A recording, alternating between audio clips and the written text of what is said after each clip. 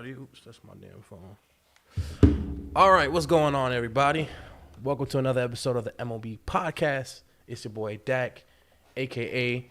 that nigga DK, a.k.a. Mr. Black Sheep themselves. And I'm joined today with Dallas and our first special guest, the Lazy Hoe themselves, Kai Black. What's going on? Nothing much. Thanks for having me. Yeah, let's give him a round of applause. All right. As y'all can see, Jake is not with us today because Jake had to handle some business, you know. So it is what it is. We gonna make it do what it do, and yeah, you know. So let's go ahead and first off, Kai, for those who don't know you, why don't you explain, or why don't you give them a little introduction of who you are? All right. So basically, I'm a writer. I've written for television shows. I've actually done a Bad Girls Club. That's under my belt. Like, I do legit writing. But currently, I'm a master's student out of here in Iowa, getting my MFA in creative writing. My blog is called The Lazy Hoe. I've been having it now for about 2 years. It's what I've been working on when I had to move back from California to Texas, and that was like a real drag. And I love writing, but I'm really lazy. And I love sex, but I'm really lazy. So that's where the Lazy Hoe came from. Like, my grandma always said, procrastinate, baby. Yes, bro, just be going at it. But basically, it's just a blog site. It's dedicated to sexuality, gender, current events, substance abuse, mental health, things like that. Just a transparent nature. Like, most of the things that I write about is from personal experience. So, Understood. And people tend to fuck with it. That's what's up. Dallas, why don't you got anything to say? Anything you want to comment? Oh man, I'm happy to have Kai on the show, man. For sure. Yeah, thanks for having my $2 ass up here then. Looking forward to learning some shit. You know what I'm saying? You know, we're gonna have a great conversation today, I feel like. But first, you know what? Actually, you already kind of answered the first couple questions I had. So I was gonna ask, how old are you, and if you're willing to tell everybody what you do for your living. But you know, I see you already told people what you got going on right now, so that's fine, you know. So Kai, just for myself and for Dallas, I know you identify as a member of the LGBTQ community. So like, what are your proper pronouns and everything? So I know how to properly address you as we continue. Wait a minute, who told you this? Who told you that I'm just my pronouns are they, them.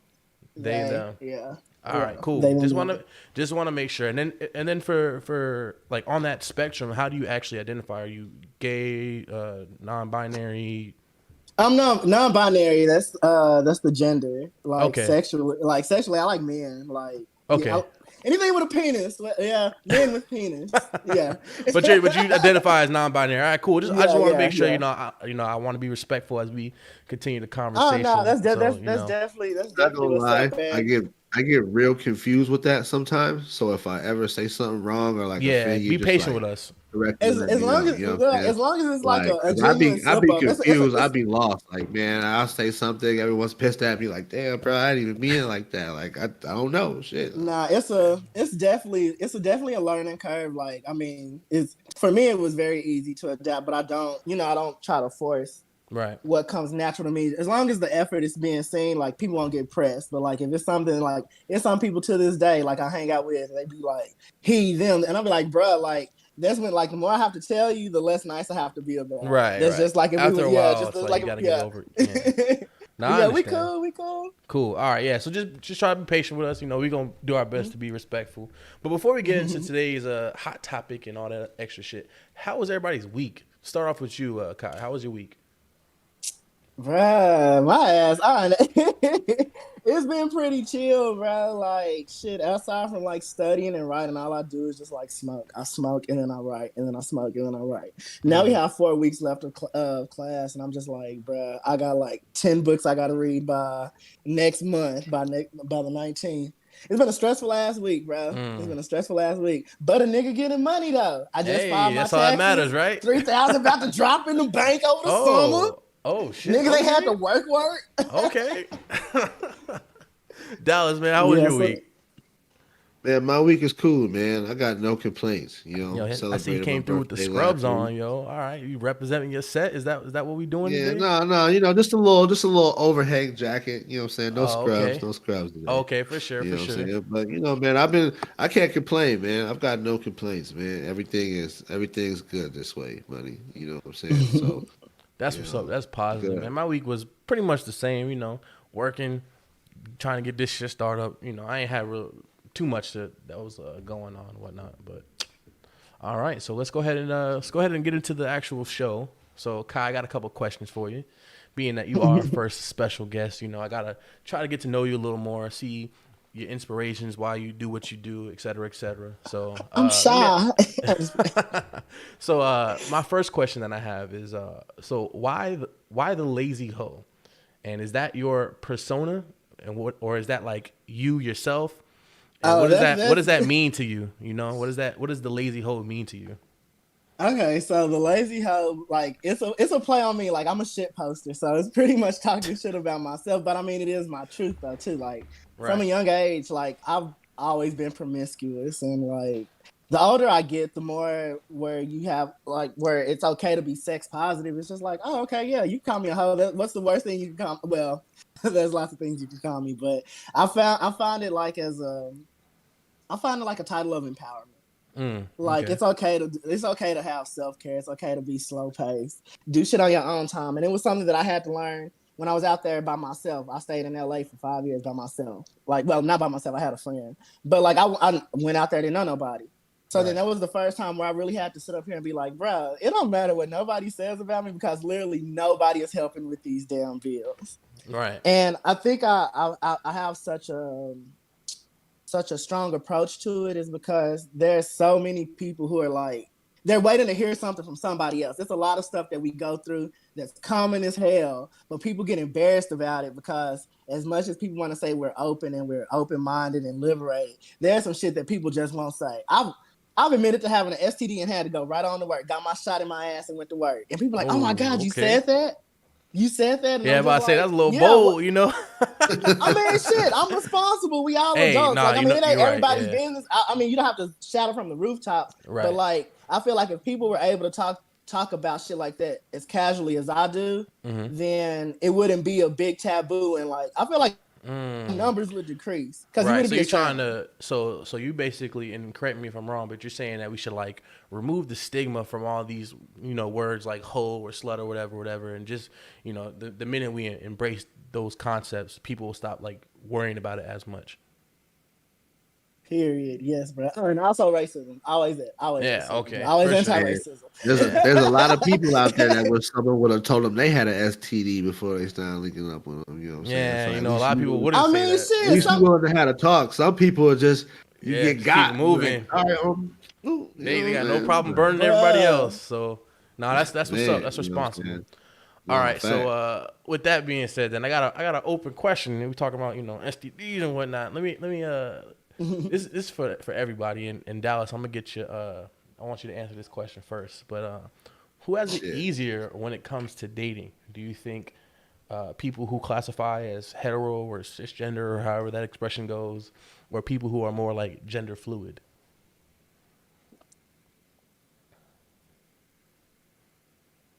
Damn. You I wasn't ready would for that. say, Hey, if you want to think about it, you can think about it. I think. I you know think. what I mean? I understand. No, I understand. I'm just trying to find a way to articulate my words. You know what I'm saying? I would probably say that it is tougher in the LGBTQ community to date than it is like regular people Okay. because I'm not gonna. And that's again, I don't want to say regular in that sense. Like I'm not trying to like come off as that.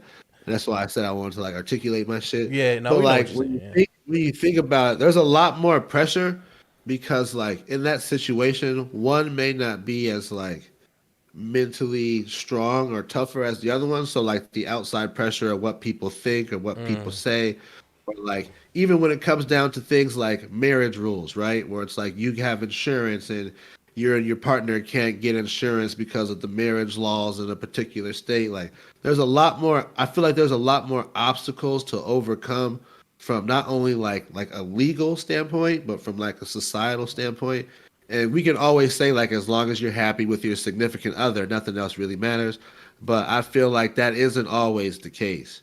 Right. You know what I mean? So like I feel like it's a lot more difficult in that sense because like I feel like it's a lot more like hurdles to overcome just from like a legal standpoint and from like having to get like for example, if me and a chick go out, right? They're gonna look at me like, oh, she could be fat, she could be ugly, it's whatever, but at least he got him like a woman or whatever. You know what I'm saying? There are some people in the Okay. world who think like there are some people in the world like who and there's a lot of people in the world who probably think like, oh, dudes together, like you know what I'm saying? Like they hide their kids. Or, Okay. oh, So that's you're like, saying, oh, that's wrong. You know what I'm saying? Like okay. I feel like there's a lot of people who aren't as accepting. So it's like you just out with your boo thing, trying to do your thing, and then all of a sudden you feel like all of this hatred or something if you're in the wrong area or wrong spot. So I just feel like those are things that in relationships other people may not have to deal with, may not have to deal So with to a certain extent. You know what so I'm straight saying? people So don't have to deal with the social like pressure and the social judgment versus people on the spectrum. That's what you're saying. yeah, because now Right. like people our generation, it's a lot different. But think about the world in general. There's a lot of motherfuckers who are 50 and above. You know what I'm saying? Who are gonna look at it no matter what as, oh, that's wrong. You know what I'm saying? Like there are bold people who will walk up to you in public like, I think what you're doing is wrong. People be feeling empowered and boldened to just like go up and do all kinds of crazy shit. You know what I'm saying? Like, Right. you know what I mean? It's kind of similar to I guess you could put it to like how the racism thing was for like a really long time. You know what I mean? Yeah, just another Like form of I discrimination, feel like right? that's a lot tougher stuff to deal with. I know if I had to always deal with something like that, I'd be like, I mean, maybe I personally would probably have to like I'd have to one stay away from a lot of people because there's a lot of closed-minded people. You know what I Mm-hmm. mean? So I mean, for me, I think it'd be a lot more difficult. Interesting perspective. All right, Kai, what do you got to say on this? Do you need me to reiterate the question or? And I think I remember it, but pretty much to piggyback whatever you said you'd go into hiding. I'm making my life's mission to gay it the fuck up. Like I don't care where I'm at. If I'm in butt fuck Oklahoma, bitch, you about to be uncomfortable with Ooh. my queer ass. Yeah, nigga, fuck you. But anyway, back to the initial question. I feel like that's apples and oranges. Like, I Mm, mean, they both have their hardships, and I'm only going by like I have a lot of straight male friends. I have a lot of straight cis girlfriends, well, cisgendered mm, girls, and all that shit. And like, bruh, like I want to say that we have it bad, but I'm gonna speak on women, like especially black women, like girls legit be wondering, like, bruh, if I sneeze the wrong way, will this nigga fucking like chop my head off or try to rape me just to put, like, this is some interesting. real shit. And I'd be Okay. like, bruh, if I had to move and circulate like that with these niggas like that, Mm-hmm. bruh, I probably would have like a felony or some shit because that's some scary ass shit. Just even like giving out your number and Right. praying to God that the nigga don't call the wrong number. Like that is a different kind of stress. I feel like with straight people, like y'all have a disadvantage because y'all always trying to. And this is a generalization too, so excuse me. Generalizations are not cool, but they are also necessary because you're We speaking yeah on a broad yeah subject. yeah yeah yeah. Um, like from interactions that I see, people like men and women treat each other like they're different kinds of, like they're a whole different species. At the end of the day, we all people. You Right. got your titties right here.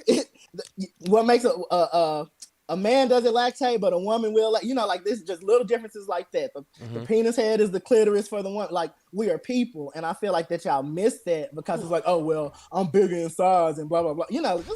This bullshit like that. But let me sweep my porch too. Let me sweep Go my porch ahead. because Yeah. I, Swing I your don't I don't I porch. don't I don't like Tell to your I tell don't your like to story. talk. But I feel like with in my experience, it's much easier to like initiate sex. Like I can get sex at the drop of a dime. Like and I Mm, don't, and not saying that it doesn't happen like that with straight people, but I feel like y'all rush it to it don't. like At least not yeah, straight like men. sex is, yeah, like it's just like a taboo. Like I could be like, hey, I'm just trying to fuck, and then like, okay, let's get, like I literally could pull somebody up right now, get a dick pic. You trying to fuck? Okay, yeah, I'll be there in 20 minutes. That's it. But on the front, as far as like dating, like I feel like we're like our community, we are severely handicapped, like Mm, severely handicapped, and especially I'm just gonna say queers because it's easier than saying the whole yeah. alphabet. Okay.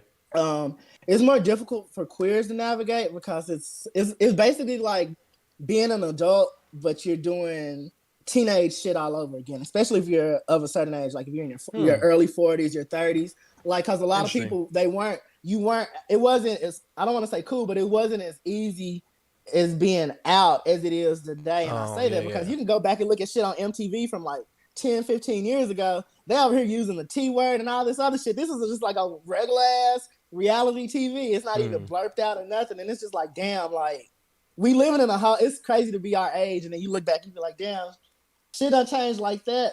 So you got to deal with shit like that. Like, it's everybody's trying to navigate. And then you got to think about that in our community, there's a whole generation missing, like from the HIV/AIDS epidemic. There's like, so then we have things of like ageism in our community. I mean, I know it's in the straight community too, but that's a real big thing. Like, people really disrespect the old gay niggas in our community because they old. And this is like, bruh, they survived AIDS. Most of their friends and their fucking partners are dead.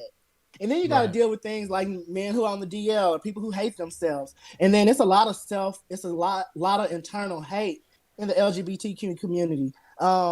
Whether you're if you trade, like, trade is really valued up on the social hierarchy, especially with black gays. Like, trade is it. And if you don't know what trade is, it basically means a man that can pass for straight. Like, you wouldn't be able to clock him. You wouldn't be able to tell. But like, within that spectrum, it's like, it's a hyper masculinity that people seek. Like, they're trying to get the best imitation of hetero nigga in the gay nigga, and through that they shame bottoms, they shame people who are in between, film people who can't hide it, you know. And I'm not saying like, but some people you can look at and you could assume, and people say it's bad, but I mean, in human nature, you're gonna look and you're gonna assume before you move in. That's how you just recognize shit, and it makes dating hella hard. Like, you know how many people, like, they bottom shame so bad, and it's just like, bro, without them, how y'all having sex? How you having sex? Right. So I feel like each side has its own myriad of shit that they gotta go through.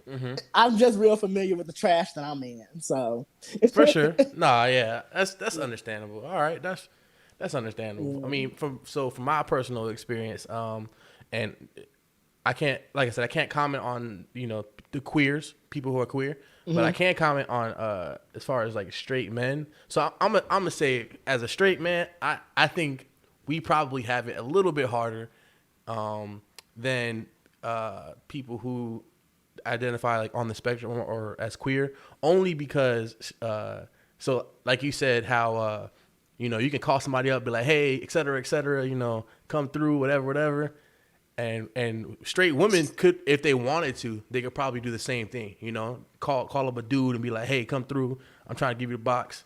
And then, you know, dude be like, all right, cool, you know. But as straight men, unless you like Chris Brown or someone of that stature, you know, you're not out here running shit like that. That's just how it is. Let's keep it a buck. They may not be the girls you want, but you could definitely make it happen. I mean, true. Some, you know, you could, but what I'm saying is, I just don't think a lot of they might be all like ones on the spectrum. You know what I'm saying? But you know what I mean? Like, you could be like, "What up, girl?" Hey, you're right. Everybody's somebody's everything, I guess. You know, I have a lot of 8 to 10 ass girlfriends who are some hoes, and I won't put their names out or anything like that. But they probably hit up the phone. You know, you talking about women or men? Yeah, both. Both. But yeah, women. Well, I know women definitely, like, if a woman could definitely just hop on the phone and be like, "Yo, come through." But then you got to think of it this way though too. Like, I feel like, yeah, maybe y'all do have it a little hard. I'm not capable for y'all niggas. But we kind of close ourselves though too. That's on us. You know, that's on us. And then all them expectations that they be having, like, oh, bro, if she slept with more than 10 men, bro, what the fuck do you want? Do you want a fucking child bride or like what? a child Because virgin? like, you be like, oh, she gotta have. Yeah, like, she needs experience, but not too much experience. If she dressed like this, like, that would be exhausting. Fuck y'all. A lot of girls have told me they have better times with their vibrators, bro, and that is telling. Damn. That is telling. Some men ain't putting in the work, I guess, because I'll be damned. But it's less the headache. It's less the headache. They can find the clit, and it's True. no headache. No True, shade, true. though. No shade. All right, so I got another open question. This one is a little bit, edgy. But this was something that was asked to me before, and I had a conversation with these people. I don't want to try to like say who they are, that like that. But the pronoun situation, right? How many is too many, or when is enough enough? What are your thoughts on that? So Kai, let me ask you that question first.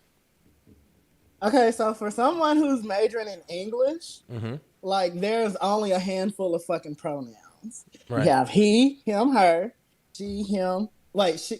Fuck, I am hot. Okay, so he, him, her, he, him, his, she, her, hers, they, them, they. Those have been, and then you have like we and shit like that. But it's something else. Right. So I feel like people really just get the pushback because they don't want to do it. Right. Saying they is not hard at all. I know a lot of the girls, and when I say the girls, I mean the boys. and some of the stuff that I say, like if you queer, you already know you can say this shit, but like if y'all straight, I wouldn't be so quick to call the girls. But anyway, the girls before they came out, a lot of boys would tiptoe and be like, oh yeah, they this whenever they're describing whoever they were with, instead of saying she, but they wouldn't necessarily say he either. Like a lot of girls in the South do that shit. Right, keeping it ambiguous. Keeping it ambiguous. So I feel like, I mean, I get it if people like you'll look at somebody and you'll be like, oh, okay, he's masculine presenting, or they're masculine presenting. Like for me, I try to naturally give everybody them, they, their. Until I hear how they identify, how they be like, oh yeah, so and so, right. Like, he, and then I'll be like, oh okay, he, what's up, bro, blah blah blah. It's just keeping a certain respect rather than being like, oh, so and so and so and so. On top of that, I know we're doing pronouns, but this is one thing I do have to express. Cause the straight men be acting like the girls with this one. So there are gender neutral terms. Like I say bro. I say, because I'm from Dallas, so that's what we say. We call everybody bro. Dude. But like I call, dude. Okay. Sis. Okay. Like some men will get hard pressed like fake ass nails because I called them sis. Now you want to call me bro and this and that. And when I tell you that, like, hey, bro, I'm not a man, but I don't mind being called bro. But I have niggas who try to sneak this to be like he and his and shit like that. But the minute I call you sis, you trying to get up in my face, bitch. You got the right, you got the right one. You got the right motherfucking one because I'll go there, bro. I got time. So for you, it depends on like context, basically. Like if we're having a conversation and I'm like, yo, yeah, bro, et cetera, that doesn't bother you because it doesn't bother me at all. It's a gender neutral thing. But if it's like where maybe you and me having a disagreement or something like that or whatever, and then I say something along the lines of, dude want to do X, Y, and Z, and this man wanted to say et cetera, or he whatever. Then you like, all right, hold on. This? They like, hold on now. Now you're trying to disrespect me. Now you coming for me. So okay, okay. How often does that happen to you, Kai? Bro, would you say, all the fucking time, bro. All the fucking time, like. Some niggas got sense. Like they moisturize, they not ashy, they put on deodorant. They're people of value in this society. But then you always run into some ashy kneecap ankle ass nigga who want to be like, oh, and it normally be the ones who be with their wives or with their girlfriends and they like looking and shit, and it's more past the observation, and they be like, okay, bro, I know that you getting hard over there, but like those are the ones that will try me the most. It's just like, and I try to tell people I'm cautious with how my tone is, and I shouldn't have to tone myself down. But being black, we just taught how to code switch. Right. So for me to not to go off on a tangent or look like some angry ass, I can say the word, some angry ass faggot. Like, because that's the label that's attached to being film or being in between. Yeah. So I'll make sure that I say it in a way it's like, hey bro, like, can you say them or they? Like that's what I like, please don't call me bro. Please don't call me man or him or whatever. Right. And then they'll just make it a big thing to just keep on going. The minute I call me sis, they be like, ain't no bitch over here. Like they so scared to be associated with femininity. Like it's like, girl, it's not gonna kill you. It's not gonna kill you. Maybe if you moisturize, your pussy rate could go up. Ooh, okay. All right. Send the shots. Stop being pressed. Send the shots. Okay.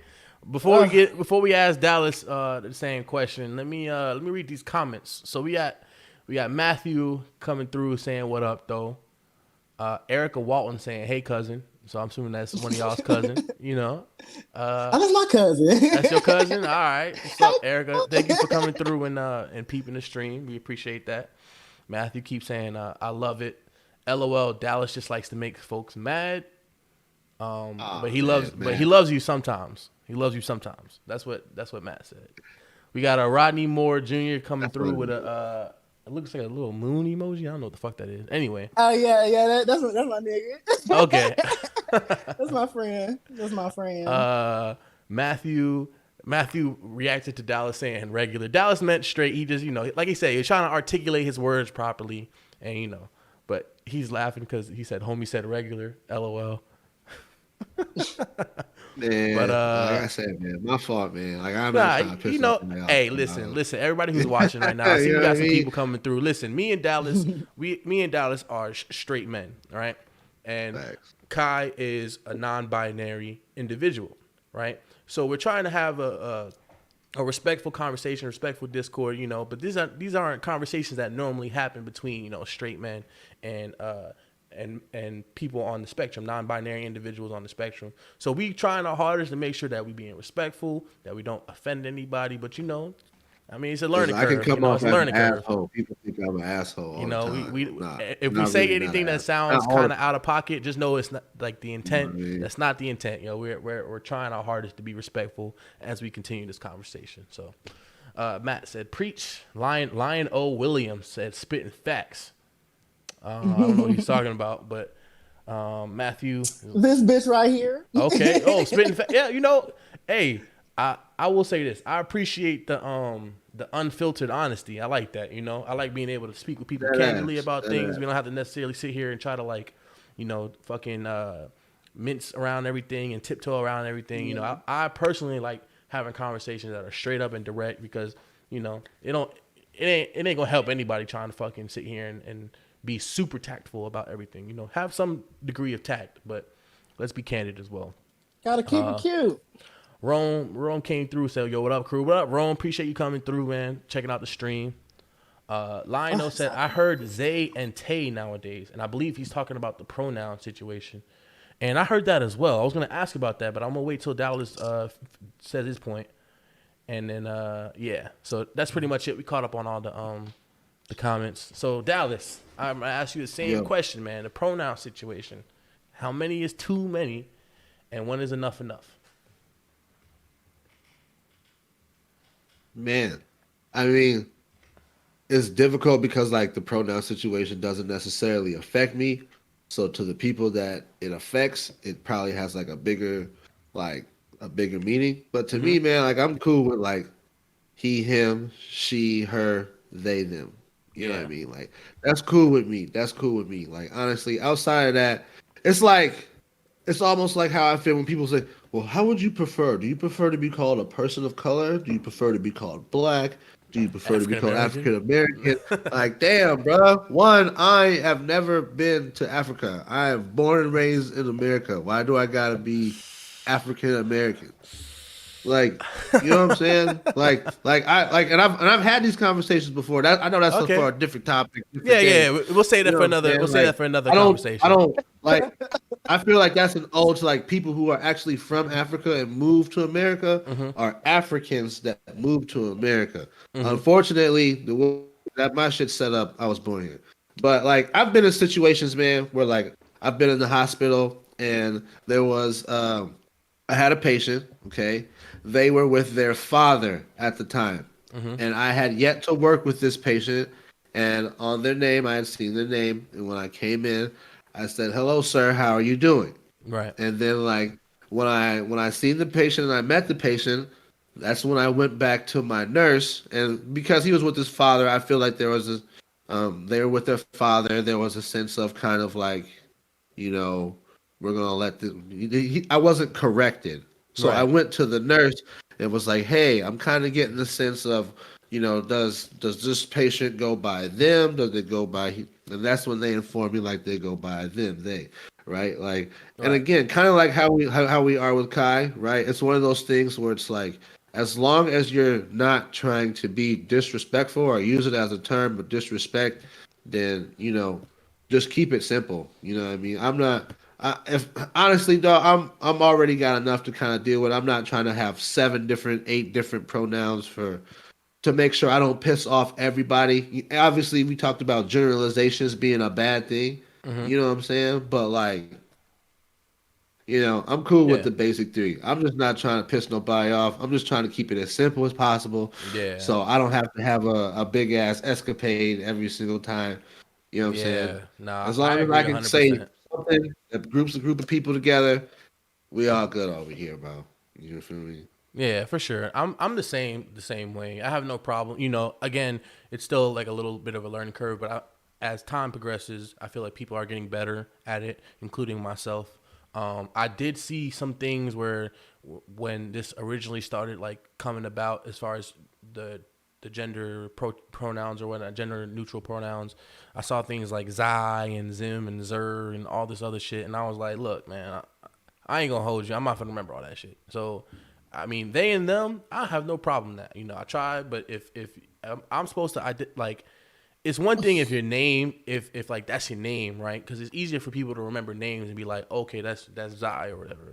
That's Dallas. That's Kai. I'd rather just call you by your name, like the actual noun, versus trying to remember fucking 30 new different pronouns in regards to Those with those, I don't think I don't know. Fuck. I mean, I wish I had like enough knowledge to like speak on all that, but some of them shits are like fucking titles. Like if you say sir or ma'am, like. But my thing is, if you like just still take the neutral approach. Hell, be Mm-hmm. like, hey, how are you doing? Like I just want to say yes sir, yes or yes ma'am, or no ma'am, or no sir. Like shit like that. But most people, like, if you start set tripping about they like being as neutral as possible, like, Yeah. I mean, every I want to say this without giving like ashy Yeah. niggas And a ticket to run right. with.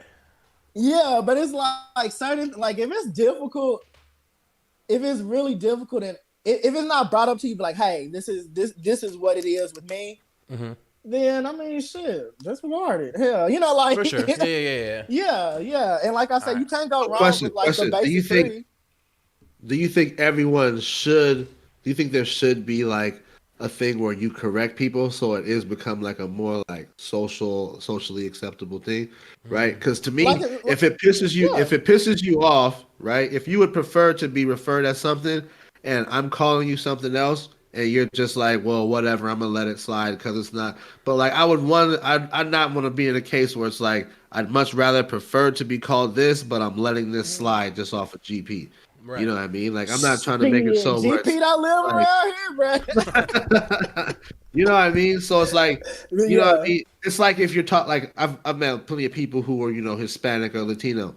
And if you call someone who's from the Dominican, Mexican, like, it's a real It's a big problem, deal, Yeah, as I say, they about to So it's fight like, for real, for I'm real. I always trying to mean, make sure, like, you know what I'm saying? Like, Right. I say dumb shit, and it may come off as like, oh, this motherfucker's like bogus, but I'm never having that intent. Like, you know what I'm Right. saying? Like, I've had to have plenty of conversations with people where it's like, we understand that like you may not mean it this way, but you're coming off like a certain way.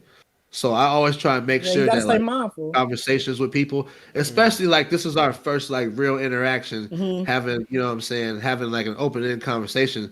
I'm not trying to come off as just like this dude who's like, you know what I'm saying, fuck everybody and how everybody else feels, you know what I mean? Yeah. At the So end of the day, I feel like so. And I know the word has a negative connotation, but a lot of straight people are ignorant in the sense of like we don't know how to navigate these conversations and these type of discussions, and we're like I said, we're getting better, and I do think that eventually it won't necessarily be such a thing that requires so much concentration, like it'll just become second nature eventually. But as of now, since it's not necessarily that for certain people, I think again, I think there's no problem with letting people know as long as you do it respectfully, because there's one, and again, it's all about like the context of the situation, right? Like it's one thing when you know someone trying to be disrespectful about it. It's another thing when you know someone just doesn't know, and you're just saying, hey, hey, just so you know, I prefer to, or I want to be called X, Y, and Z. So. But also we do live in the. But yeah, I mean, I really do agree. But we do live in the age of information, right? And at some time and point, we're gonna have to grow from they didn't mean no better to like, nah, bitch, this is what it is. Like, we gotta do like this. There's no time for fucking slip ups. For sure. You gotta think of it almost like with white people. I mean, them niggas never get no passes for saying that shit because like the horrible shit that y'all done. Okay, hold on. All right, hey, God. I mean, we go. Okay. Let's stay on topic. Let's stay. Can't listen. But I'm alluding to the same thing as sexuality because so many people look at me and be like, oh, what do you choose first, your blackness or your? And I've had this with people who are in the same boat as me. It's not one without the other. So when I say that it's gonna have to move from that, it's understanding. Oh, well, they didn't know. Girl, we got the damn internet. We got books. You got people. For sure. People are your best resource to use. Socialize with people that are not like yourself so you can learn something. And it can become second nature. So when you have your little kids and shit. Yeah. So when people be having their babies won't be running up to me saying some off the wall ass shit. And then I'm having to read their baby and the parent, And then we can all move forward like that. Like, that's how I see it. Like, it's okay. Like, right now, it's okay to be in that, maybe they don't know and they legit trying. But I'm an impatient ass bitch. I give us like 10, maybe 15 more years. And after that, it's like, bruh, you can't be slipping. Because it's the same equivalent as a white person coming over here saying something ignorant to you as a black man, as a straight black, like, we got to treat it just like that. For sure. No, and I agree 100% with that. There does come a time that, we're going to have to, that's no longer going to be an excuse. You're right. We live in the age of information. Learn the fuck up. I agree. So moving on to another question, because you said something interesting. You said it's kind of like when people ask you whether, like, are you black first or are you queer first, whatever. So with that being said, one, this is like a 2-part question. Did you always know you were queer? Was that something that you knew like from the jump? And if not, when did you figure it out? But I see you nodding your head. So like, when did you know? I am queer?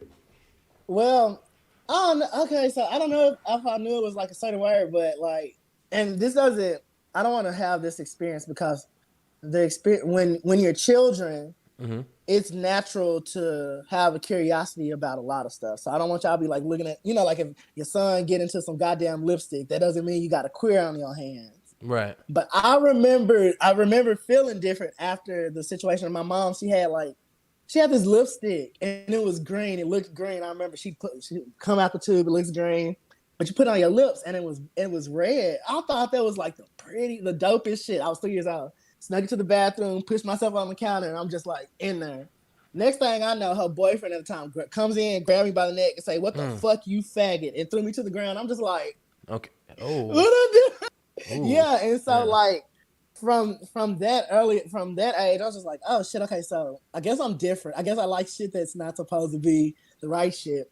And then I want to say maybe like 2 years later, I was looking at a JCPenney's catalog, and it was the underwear section, and it made me tingle. And I was like, oh, okay. And then as I progressively got older, like 7, 8, and then you hear kids calling me like, oh, you gay. And I was like, oh, is that what they... And so it was just like a learning, I've always been myself, but like with age and like when it's something that's not really talked about in your household or it's not presented in a positive light, it's just, you literally it's like a feel as you go kind of thing. Like, okay, right. I know that I'm different, and because these people treat me like this and they call me this and they look at me like this, then I must be this, and that. It's a lot of, I feel like it's an ongoing thing. Like even my identity, like today, like how I think today versus 2 years ago, or things that I may have said like 5 or 7 years ago, being the same queer ass person, but just in different stages in my development or my mental growth or whatever. Like, it's a thing. But I've always known that, yeah, I wasn't playing inside the line. So right, okay. Understood. Appreciate you sharing that. Appreciate you sharing that story. I do want to know, like, those negative experiences, or just all your experience actually in general. Do you think that kind of led you to be like who you are today?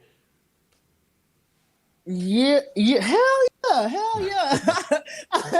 I'm laughing, but like, I mean, I am a crybaby. I am a real sensitive ass person. I've always I'm very emotional, but I've Nothing had to wrong with learn that. to grow to be. I've had to learn to grow to be kind of hard in a sense because hell, growing up it was hell. I grew up in the South, clearly gay and Mm-hmm. lying to myself, Mm. but I had to learn how to cap, bruh. Like niggas was coming for a bitch's neck, and so.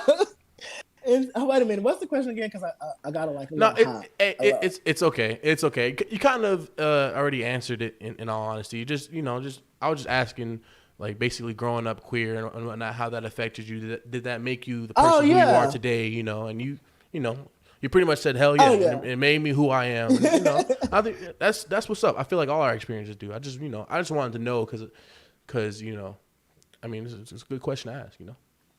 So let's go on to another topic then. And this is gonna be another charged topic, but these are discussions that we gotta have. These are things that we need to talk about, right? Mm-hmm. So as far as gender identity and sexual preference go, right? And Dallas, I'm gonna ask you this first, and then Kai, you can speak on this afterwards. Do you believe that this is something that you're actually born with, or do you believe that this is a product of your environment as you progress, right? As you grow up. And with that being said, do you believe it's a biological type factor in regards to becoming or being on the spectrum on the LGBTQ spectrum, or is it a result of your environmental factors? I know this is Who's a going first? difficult. That was a difficult question to ask, Dallas. You know what? Let me give Dallas time because I feel like Kai is more prepared to answer this Yeah, question. that So dead ass. let me give Dead ass. You Dallas some right. time to think about this, so he don't say nothing. Hey, Man, listen, that look. motherfucker looked like he was like Hey, concentrating look, like it was the man. Hey, goddamn look, man. SAT, bruh. Like I said, man, I gotta get my thesaurus out and shit, Hey, look. dog. I know Because this is man, I know Tread lightly. it's a difficult question for Tread people like lightly, us cause, to talk about because a lot of people, like we want to have the waited for you conversation, to fuck up. but exactly, a lot of people would sit here and we say one thing or another, and then we're automatically scrutinized for it. So that's why I feel like now is the proper time to have this conversation because we're on a platform where we understand that this is a platform for understanding and trying to figure out like what things are. So Kai, let me why don't you answer that question first and give Dallas some time to think about it. Yeah, I definitely do not think that it has to do shit with your environment. People Mm-hmm. love to bring up the whole thing like, oh, a woman can't raise a man, and oh, well, he was black. I know so many straight men who only had their mama and their grandma and they auntie. Mm-hmm. Like that's something normal. I know gays who have a daddy. I know gays who have both parents. Mm-hmm. So that I feel like that's never a factor. And when people want to like try to separate us from when they want to bring in science and stuff, because all of a sudden everybody's a biologist and shit like that. I'm just like, girl, you barely passed your science tax test, and here you are trying to spit this unreliable science that you conjured up. I said the animal kingdom is a perfect example. There are gay animals, bro. There are animals that have Dolphins be same-sex fucking all the relationships. time. They don't care. Bruh, Dolphins be fucking anything. people think that it's maybe like it's just like a solely a sex thing, but like you gotta Mm-hmm. look at it this way. Like I feel like it's literally an evolution. It's a type of evolution. It's the way for people who don't like for babies that don't have parents.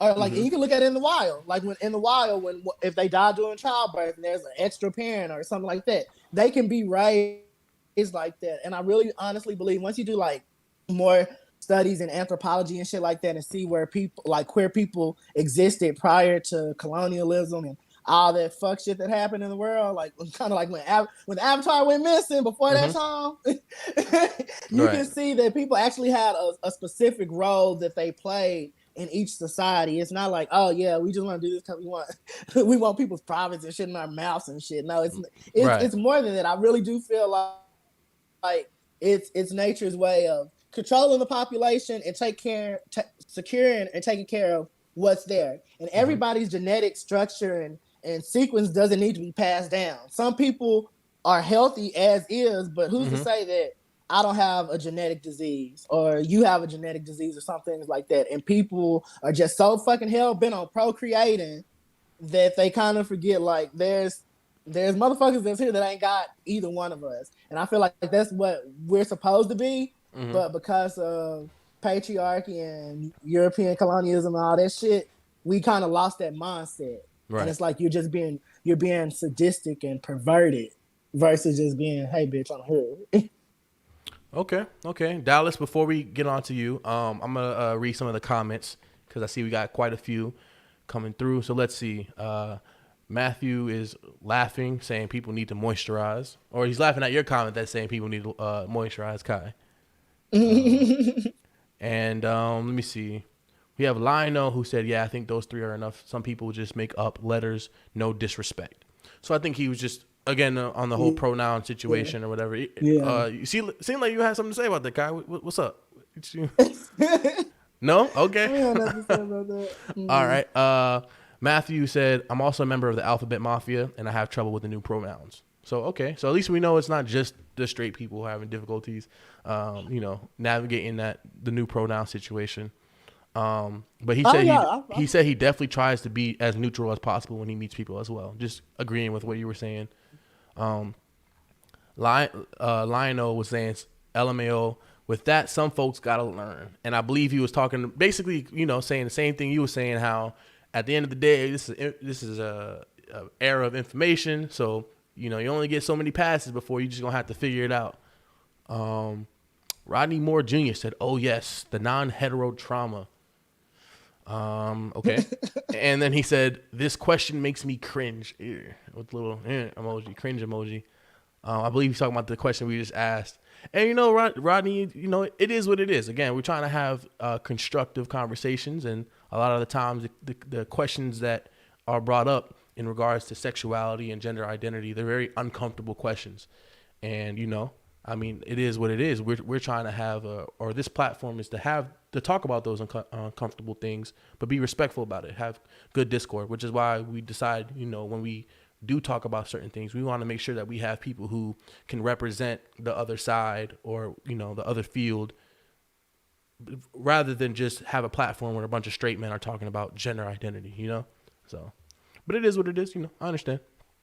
Dallas, before we go on into you, I do want to say, if you don't feel comfortable answering the question, if you don't feel comfortable talking about it, or you feel like maybe you're not qualified to talk about it, whatever, that's perfectly fine. I do not want to put you in. I already feel like I'm not qualified. I don't want to put you in any uncomfortable situation. The only way I can become qualified, not even qualified, but the only way I can get a better understanding is to say my shit. You know what I'm saying? So then by all means, me, please. I've met.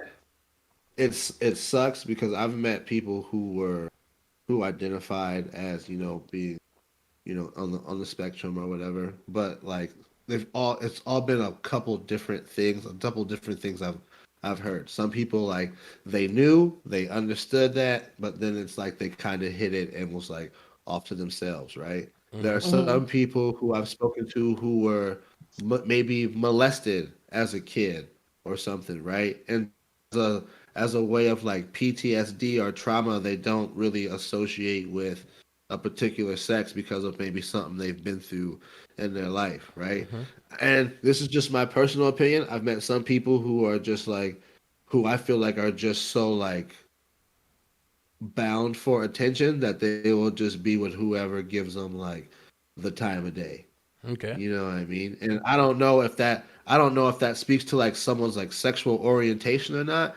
But to me, sometimes it feels like some people, it's just man, you just want somebody, right? You'd be okay with a dog and a cat, you know what I mean? You maybe don't even need a relationship. You maybe just need a companion to and then kind of figure out what you want from there, right? But then you get into the conversation of you having people who are born in the wrong bodies, and that's where that I feel that's where it gets really tricky because you guys talk about science and stuff biologically there have been studies where you see people are born in the wrong body, you know what I mean, where they may have been a twin at birth and then something happened and they got these chromosomes and and this and that, like, you know what I'm saying? So it's like when it's a situation like that, to me that takes it way beyond like sexual preference. You know what I mean? Mm-hmm. That's a way bigger topic to study.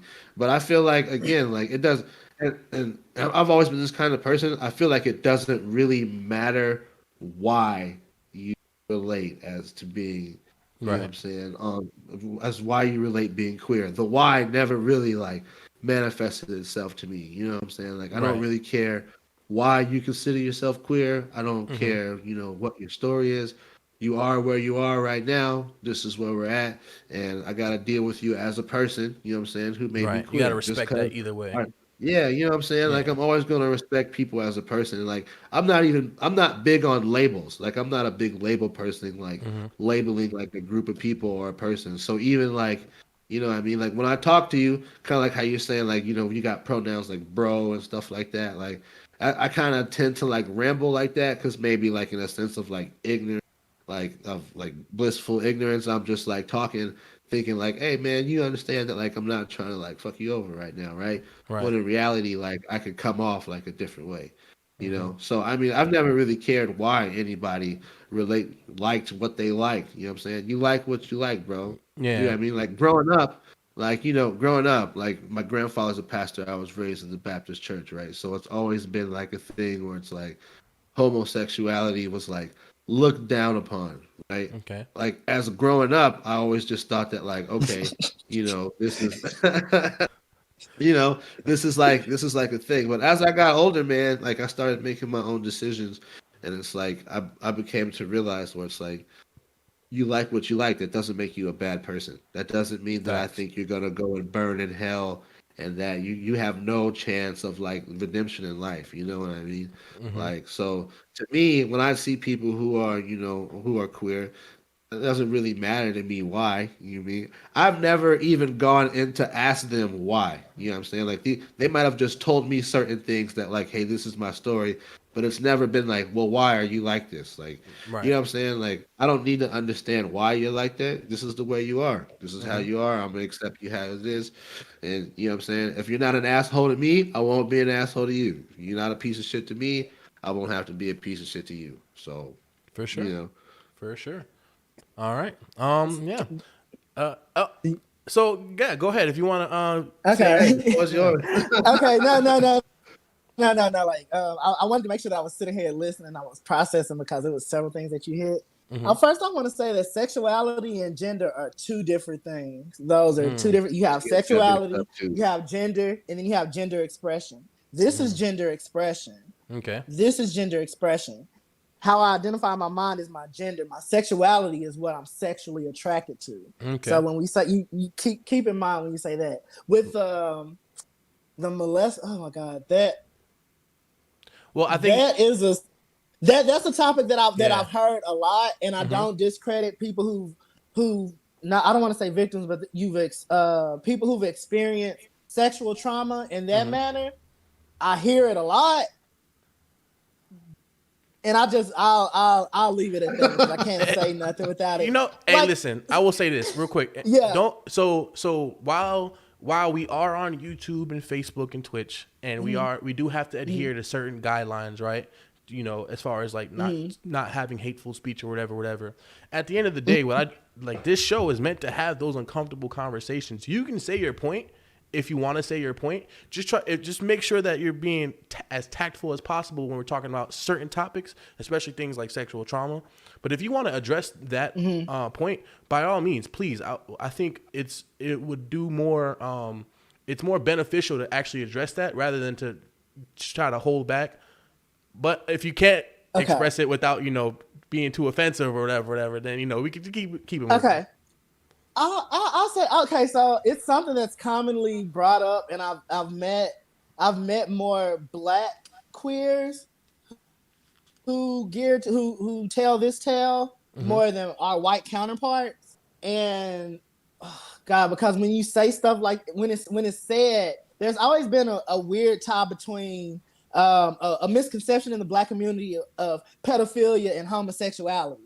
Okay. Like a lot of people would link that shit with that, and it's just like, nah, sis, we don't Right. like kids, Right. Right. Right. But I feel that No, but okay, I'm not claiming anybody who said it is lying, but like people will go to that as an excuse for their shameful behavior.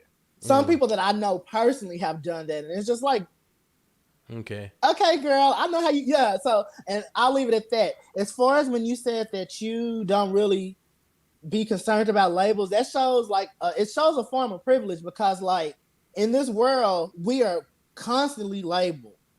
We're constantly labeled, and we're not a majority. We're only so many millions of people, and I say we because I mean us as Black people in this in the U.S. population, we're 13%. Then you break down with people who are intersectionalized, and you talk about Black men. You have Black women. You have Black you have Black cis men, Black cis women.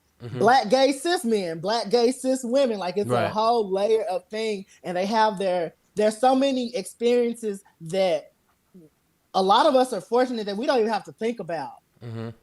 And so when you want to say, oh, that the label doesn't matter, no, yes, it does because it's my identity. Without it, I'm erased. Like my experience is erased because you'll look at me and be like, oh, that's a straight Black nigga, right? I mean, not a straight Black nigga. Girl, who would do that? But that's just a regular, like that's just a Black man right there. And this is his experience, A, B, like this is his experience, A, B, C, D, and E. Not taking into account like, oh no, well, I was like this and I was like this, and this is how I had to navigate. So it's different than that one over there because we may look the same, but our similarities stop at this juncture right here. So until we all become a real neutral ass society where shit really doesn't, where we're not calling ourselves Black, this and that, men, women, and seeing each other like that for men and women, when people can finally have relationships with a trans person and not make it be about them being trans, because a lot of people, they'll be like, oh, they associate that with being gay. No, there's a term for it. You're transamorous if you're attracted to those kinds of people. Transamorous. See, I didn't even know that. The people that you, and they're straight and like they're natural. That like that's a heterosexual relationship. There are trans people who are gay. The people that you said that just need companionship or something like that, or they'll be with anybody. Like a lot of people just thought that it was just like gay, bi, straight. But there are people who are polysexual. Like they literally, they don't give a damn. I don't want to say give a damn, but their attraction is way more open than some of us who's like, oh, this is what I'm exclusively into. Like me, I will never rush towards a vagina. I want nothing to do with it. No shade. I love women dearly. Black women are my heart. But that's something that's something that I would. That's a table that I would never go to. Like, oh, let me sell some of that. I'm good on that, girl. Put that shit up. I don't want it. So like. For sure. Yeah, and to link that with them to being like, oh, well, get an animal like that. I mean, I know you didn't mean no shade by it, but I am trying to cape for the people who ain't here. Yeah, I'm trying to speak for the people that it may not be my portion of the boat, but we still in the same boat a little bit. They down there a little bit over there, and I'm just trying to make sure that we ain't going in circles. Right. So, it's a thing, but you've been keeping it cute so far. I'm not pissed. Well, at the end of the day, I think what Dallas meant, and you can correct me if I'm wrong, Dallas, that I agree with what Kai said in regards to we don't necessarily, because some straight people don't necessarily have to go through certain things. It is a form of privilege, right? Just like how when white people don't have to go through certain things with Black people, it's a certain privilege on their end. So I can agree to that, and I think we can all agree that that is a thing.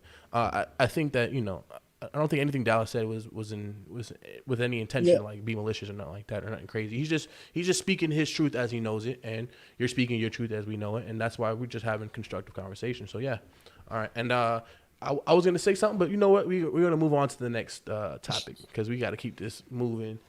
All right then. So we kind of answered a couple things that I had written down as far as questions go. So let me skip on some of these things. All right. So this is a big one, and I know a lot of people are gonna be pressed about this as well. But as far as gender identity goes, okay. We talked about how you say you believe, or that your truth is that is something that people are born with, their gender identity, whether or not they know it up front or they discover it as they progress through life. It's something that that you can't change. Their sexuality or their gender identity. Are we talking about gender, or are we talking about sexuality? I'm talking Both gender identity and sexuality. I'm already lost. I'm gonna just sit over here. And Yeah, I'm talking both. So, well, you know what? Because it's already over my head. I'm just about to learn some shit over here. well, Man. Kai, what I believe is you said you always knew that you were maybe attracted to maybe didn't necessarily know your gender identity, right? But you knew Yeah, your sexuality yeah. wise that you were attracted to the same sex or the men. Yeah. So with that being said, then for people who, because again, gender identity, let's say that that's something that it takes different time for different people, right? To figure out who they are. So with children, all right, should children be allowed to, well, no, you know what? This is a question. This is not a reflection upon me or how I feel. Should children be allowed to decide their gender? And if so, or if not, why? And if so, when is it appropriate? And I think, and the bigger thing is, it's going to lead to another question down the line, but let's make this answer brief-ish. So Dallas, you go first. Do I think children should be allowed to pick? To decide their gender, yes. I don't think that's something that you pick. I think that's something either like you are or you aren't. You know what I mean? Like with that being said, then do you think children should be allowed to? Well, think about kind of like what Kai was saying, right? Like he kind of knew that like at a young age, like I like this lipstick probably a little bit more than some other guys or some other men, kids my age might like this lipstick. All right, cool. If you're comfortable with that and you know that, fine. You know what I mean? Like that's 100%. If you don't know, you don't know. But at the same time, like, can you expect a small child, for every person that's like Kai that knows, how many small kids actually are able to like articulate the fact that they may identify as something else, right? Like I feel like that's something a kid shouldn't have to be worried about, whether what you identify as a gender. You know what I mean? So if it comes to you, it comes to you. If you switch later on down the line, you switch. But I don't think that that's something that any kid should have backlash over or have any second thoughts about. I can agree to that, but the question is, do you believe that they should be able to say, "Hey, I identify as a non-binary individual"? Yeah. Okay. Yeah. If they know and they're 100%, yeah, for sure. All right, Kai. Yeah, I feel like we use the word appropriate. So like in the most grossest of times. I know you didn't mean it. Yeah, I say it's a question. Yeah, I know it ain't you, but like we tend to do that a lot, and I'm just like, damn, when did y'all turn into y'all's parents? Like, what's appropriate is what's appropriate in society, like whatever society that you're living in. So like, if we allow kids, because I have cousins who are straight as arrows. I remember playing dress up with them when we was kids, in heels, everything. And so if it wasn't, and people say it's not appropriate to bring gender and stuff like that to young children, but you telling a 3-year-old that, you need to play with trucks, you need to play with this and dress them like this, and that's gonna be my little a grown woman talking about, that's my boyfriend. You sexualizing a 3-year-old. That's what we should be cringing at. But people want to be, they want to nitpick on what's appropriate. Okay. Yeah, and I see. If we want to give us on appropriate, let a kid express themselves however, because most of the time it's a natural phase in development for everybody to have that curiosity. What's this? Because your brain is still trying to learn and register shit. Right. But most kids grow out of that shit. Some people, they love that shit. There are cross-dressers who want nothing to do with men. They just like the way the shit feels, and they love pussy. Okay. So, hey. Yeah. All right. Cool. Hey, look, that's fine. That's fine. I mean, again, these are questions that. So I want the people who are watching to know that these questions are no way a reflection of like the Black Sheep Collective or the M.O.B Podcast. These are questions that I've personally picked because I see them in conversations where people are talking about gender identity, and I feel like those we should address those questions. So when these questions get brought up, it's not like me saying like, "Oh, I don't think it's appropriate" or X, Y, Z. No, I'm just pulling from what society thinks. Like Kai said, I'm pulling from what society thinks or what society's asking, and then we're discussing those questions. So, Just want to This clarify nigga that. stay trying to fan the flames away from his ass. I just want to clarify that because I don't want nobody hitting me up talking about you're trying to use your platform to promote this hateful rhetoric. Nah, bro, we having the conversation. But you know what? That's the last little disclaimer I'm gonna put out. Right, So he got to go. You need a new co-host. He got to go. With that being said, we said that children should be allowed to identify as they want to identify, right? So it's fucking children, yes. Yeah. I'm not disagreeing with you. So again, with that being said, this leads to my next question. Then, do you believe that if a child has decided this is my gender, that they should be allowed to undergo hormone treatment or gender surgery? I don't know what it's called. It's gender reassignment. Yeah, right. Gender affirmation treatment, hormonal treatment and reassignment. Okay. So do you believe that children should be allowed to undergo gender affirmation treatment and gender reassignment surgery if they decided this is what I am? We'll start off with Kai. Okay, so this is one of those things. Like I'm in the boat, but I can't necessarily be like, oh yeah, girl, we got to go this way. Okay. But to keep it as unbiased and as fair as possible, then yes, because hormonal treatment is very reversible. Mm-hmm. Like if you feel like, hey, I feel like I'm a little girl, or like I am a girl. If you're at that age where your body is about to be producing massive amounts of hormones, why not? Because the reflection, what you are on the outside. How you see yourself on the outside determines how you feel about yourself on the inside, bro. There's so many people who are limited, who can't do that, are limited, and they are depressed as fuck. Now, think back to the time when we were like 12, 13, 14. Shit was just like everything was messy. You was constantly horny. Shit was changing. You was aggy as fuck, like difficult, aggressive. Like, just imagine that. But at least you are who you felt who you were. Like your outside matched your inside. Like you may have been pissed at the world, but everybody treated you as who you felt you are. Okay. So like, as far as with the reassignment surgery, that's an expensive ass surgery. So I mean, shit. If your parents got it, if they got it, hey, let them. It's one of those. I don't have children, so I can't say. I really can't say, but I do. But I am in full support of hormonal hormonal treatment, because I know a person who they were transitioning. They identified as trans, and they're just like, hey, I don't want to do the hormone treatment anymore. And just because you're not on hormones or because you don't have the surgery doesn't make you not trans. You can still be trans and not have, like, it's a thing of access. Everybody doesn't have access to the hormones or the treatments or anything, like, so yeah, I feel it's fine. It's fine. And if they change their mind, hey, it's a part of life. All right, Dallas. We ever evolve. Hormones. Yeah, surgery. Nah, I think that's something you probably should wait until your body is finished developing before you start, like, you know what I'm saying? Because like,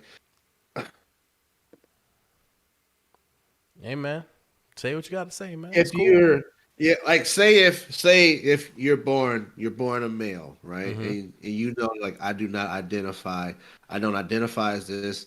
I want to switch, right? Like, when you get the surgery, are all the glands and stuff that like produce testosterone, are those taken out? Like, is that a thing? Are you gonna, like, what's the, like, I would have to know about it. How would puberty be for the person? Would there be complications from the surgery where you got this removed? Your body's trying to compensate for X, Y, what you're saying. Right? I see what you're saying. I don't know how that would affect a 6-year-old kid who hasn't even hit like the multiple like phases of their life. So I don't know how that would work. So that's the only thing I would say about the surgery, is that I don't know what the long term, still having to like grow, still having to like, you know what I'm saying? So I think the thing is with the surgery, and I don't mean to cut you off, but let me, I think the thing is with the surgery is that if you go the surgery route, you automatically, they make sure to go the hormonal route as well. So when you're, again, like you said, how does it affect puberty, whatever, they make sure that if they're going to do the surgery, they're going to also do the hormones, because as you develop, right? You don't want to be developing testosterone, and you're trying to, you have parts that demand estrogen or et cetera, et cetera.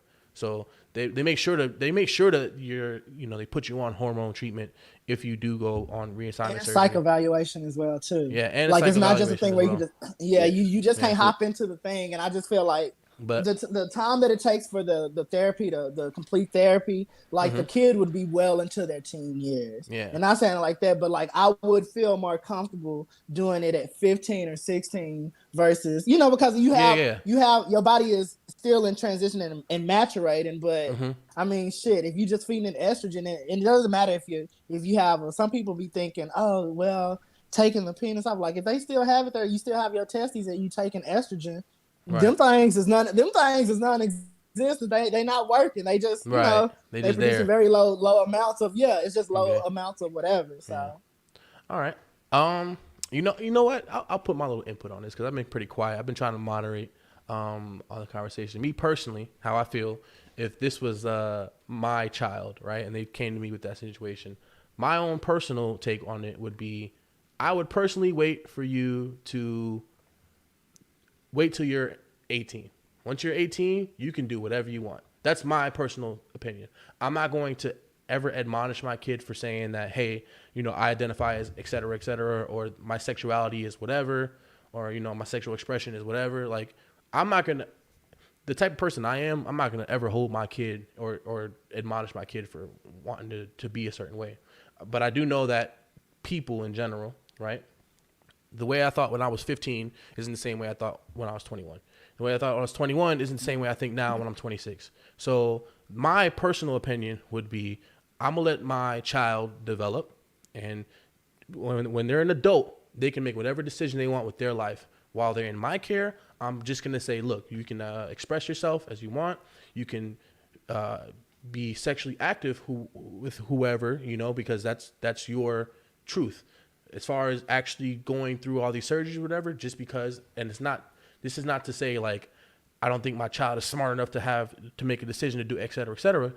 I just know that people change through time. So if you feel the same way you feel when you're 18, the same way you felt when you were 11, then that's fine. Then you do what you got to do. You undergo the surgery. You can do the reassignment surgery if that's how you feel. I'm perfectly cool with that. But in regards to when they're children, just because I know that children just, again, as we mature, our mind changes and our ideologies change, So that's my own personal opinion on it. As far as other parents, what they want to do with their kids, that sounds healthy. I ain't trying to pay for that expensive ass surgery. Yeah. as far as other parents and what they want to do with their kids, that's none of my business. So, and I think that's a good it sounds healthy because I mean you allow expression. So that comes in the form of wigs, tracks, fake like the little things and stuff. If that's what it comes down to, it is what it is. It shows way more effort than a lot of us got when we were in development. Like just to allow that. So I feel like, I mean, and like I said, I can't speak on it 100%, but it does sound like that would be a healthy approach to letting your kid, be who they are within the realms of, it's not toxic. What you said didn't sound toxic at all. For sure. So. But that is gonna segue to this to our first reaction, right? And I'm not even gonna say nothing because I think a lot of people already know enough about this situation. I'm just gonna go ahead and bring it up, and I'm gonna go ahead and switch over to the reaction. I gotta say something about this shit. So we're gonna react to this video. All right, let's keep it going. I gotta say something about this shit, bro. Dwayne Wade, you going too fucking far, dog. That is a male. A 12-year-old. At 12, they don't even know what their next meal gonna be. They don't have shit figured out yet. He might meet a woman, anything, at 16 and fall in love with her. But his dick be gone. How you gonna... Like, bro, you going too far, dog. Don't cut his dick off, bro. Like, bro, for real. If he gonna be gay, let him be gay. But don't cut his dick off, bro. Like, don't address him as a woman, dog.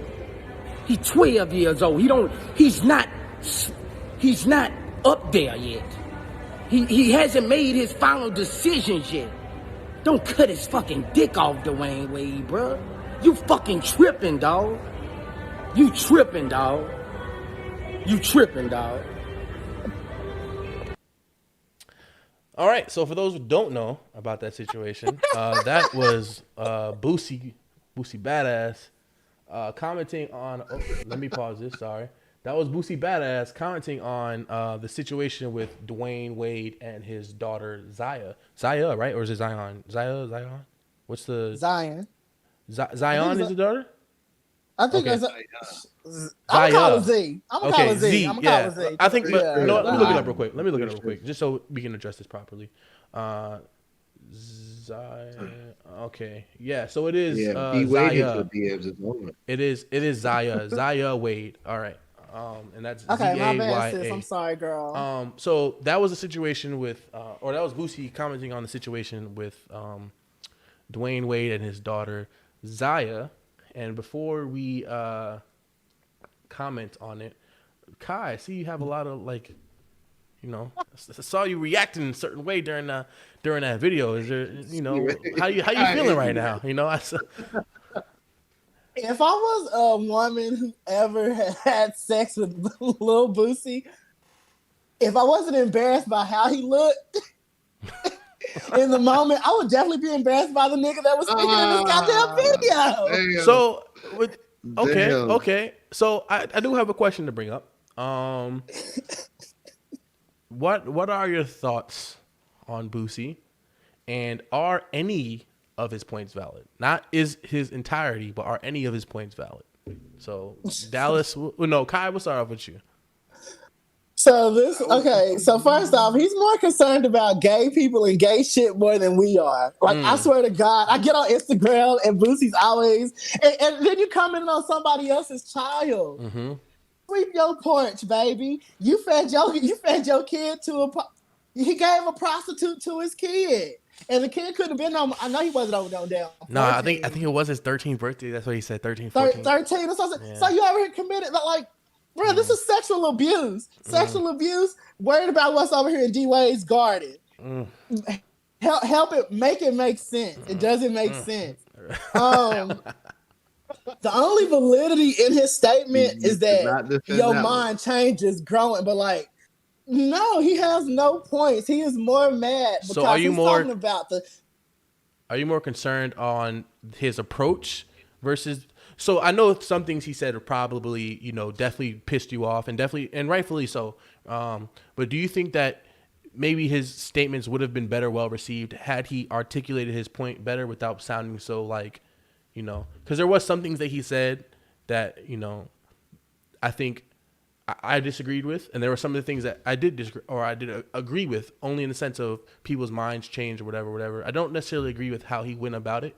Again, I think at the end of the day, everybody should mind their fucking business in regards to exactly people, whatever. I'm not gonna comment on nobody else. Yeah, I'm not gonna comment on nobody else's situation. I can only express how I would feel. So maybe if he had said something along the lines of how we're having the conversation, and then he just said how I feel is if this was my kid, et cetera, maybe his statements would have been well received instead of him going on. I think that was Instagram that video was from. And he decided to, say what he had to say. If you take it in context, bro, I think to me, when he's talking about don't get the surgery because things could, their mind, their mind could change. I think what set the tone for it was when he was don't address your son as a woman. Yeah, that's what fucked it up. Mm-hmm. That's what set the tone where it was it's a tone of we don't fuck with people who are on the queer spectrum, and maybe he'll snap out of it it's a phase or something like that, right? If the whole thing is don't get the gender reattachment surgery till the I said that all reassignment. Yeah, man, whatever. I'm just gonna say the surgery. Said reattachment. Hey, what's his office off, homie? Surgery, because y'all niggas know what I'm talking about. I'm not trying to get ate up. But if you want to, you know what I'm saying? If you're okay, if you're against the surgery, that's whatever. But now you're talking about someone who don't address them as what they are identifying themselves as. That is a big that's a big issue and a big problem. That's the issue? Okay. You know what I mean?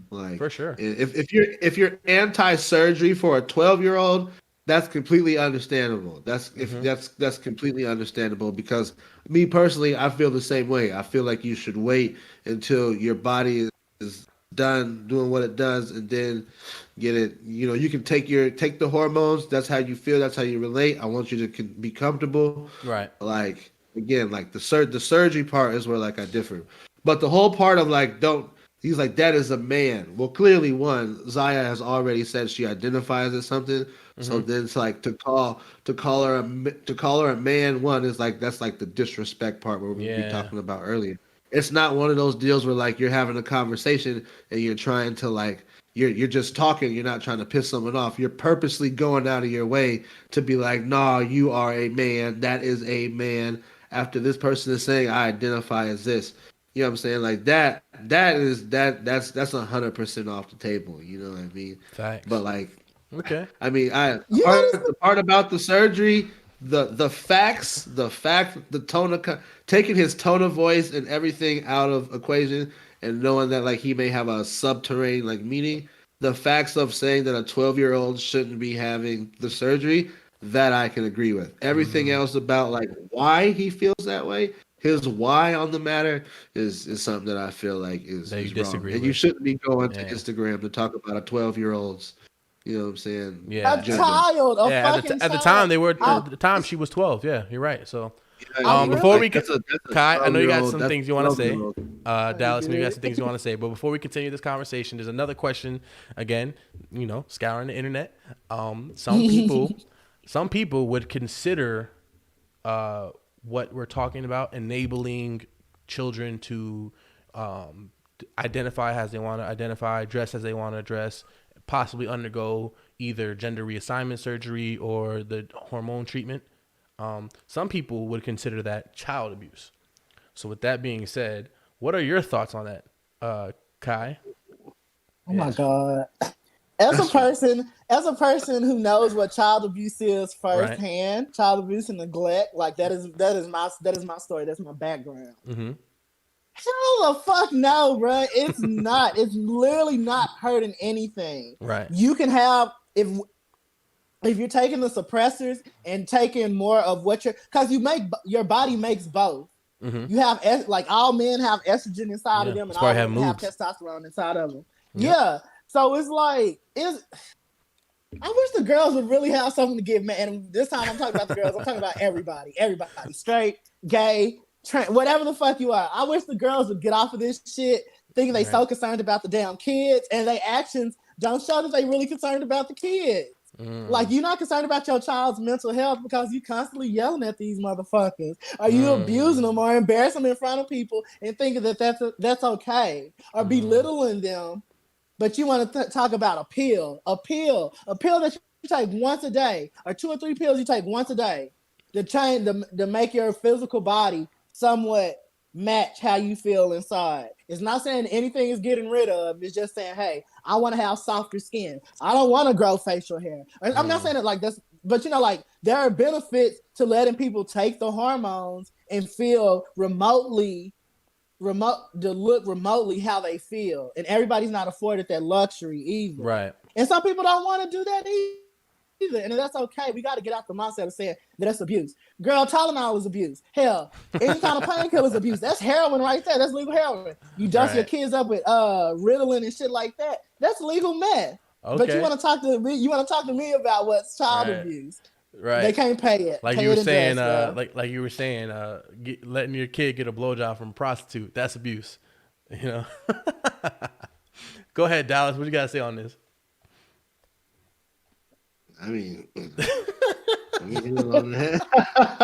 I feel like today, Dallas is just like fuck. Like,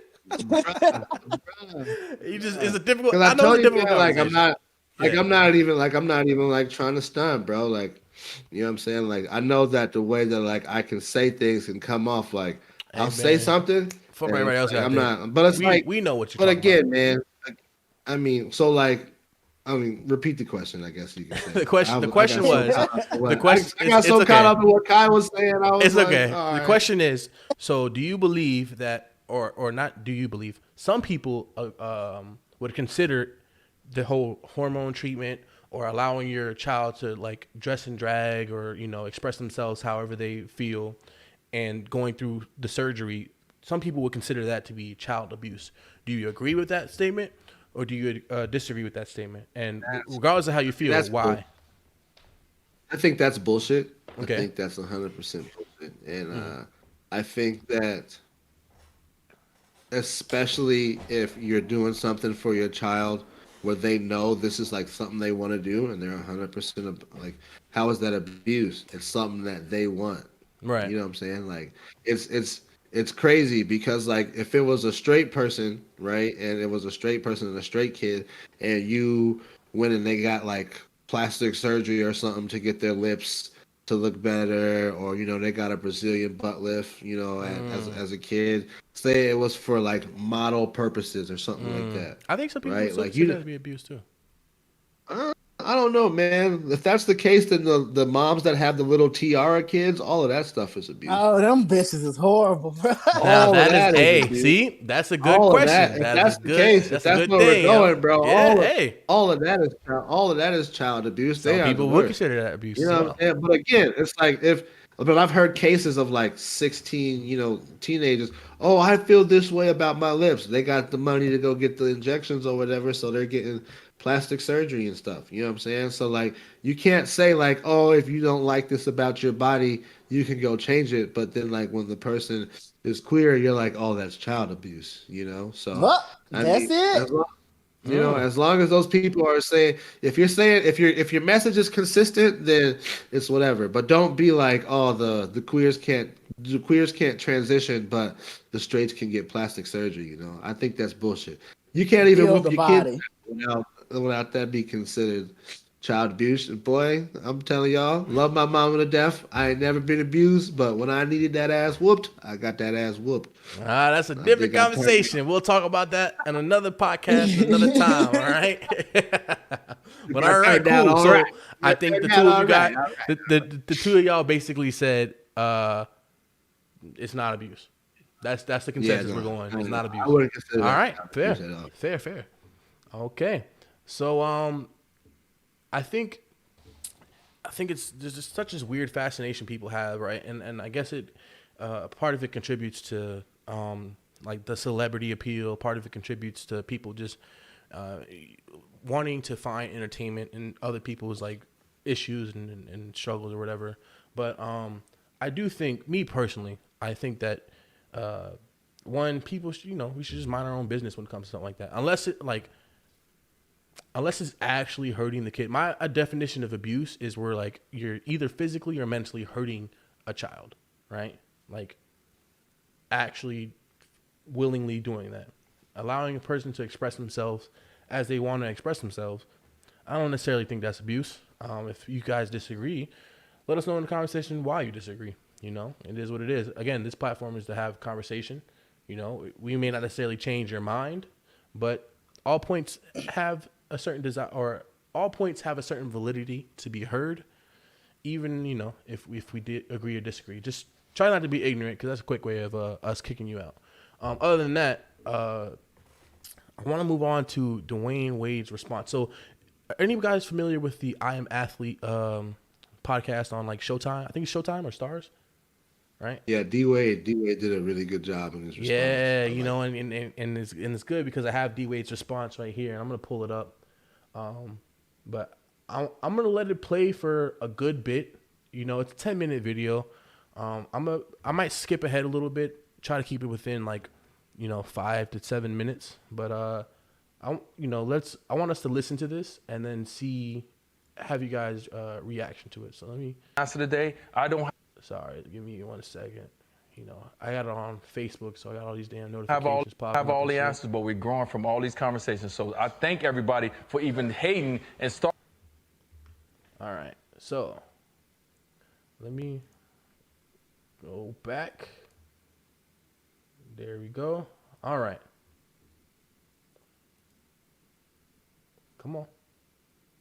Jay Boogie, who I thank you because you're allowing the conversation to keep going forward, because you know what? You might not have the answer today. I don't have all the answers, but we're growing from all these conversations. So I thank everybody for even hating and starting those conversations, because those conversations are starting other conversations that we need to have and that's happening out there. So I don't hate it. When I'm dealing with people, is I'm dealing with life and death. It's people in the transgender community that are getting killed. It's kids that are murdering themselves. They're hanging themselves. They're killing themselves because you know what? Some symbol is acceptance. Some symbol is unconditional love. It's not being given to these kids. And I'll be damned if my child gonna be that person because of some symbol is me supporting who you are. The information that comes out about, you know, black transgender women, you know, it's so sad, man. And those numbers are staggering. It's unbelievable. It makes me sick. You got to look at yourself in the mirror. You got to go to that mirror and look in the mirror. And when you have kids and say, all right, if my kid is going to be boom, boom, boom, how are you going to deal with it, sir? And when it came to Zaya, let me tap in. Okay, Zaya, let me look in the mirror, because I'm going to tell y'all something. And people don't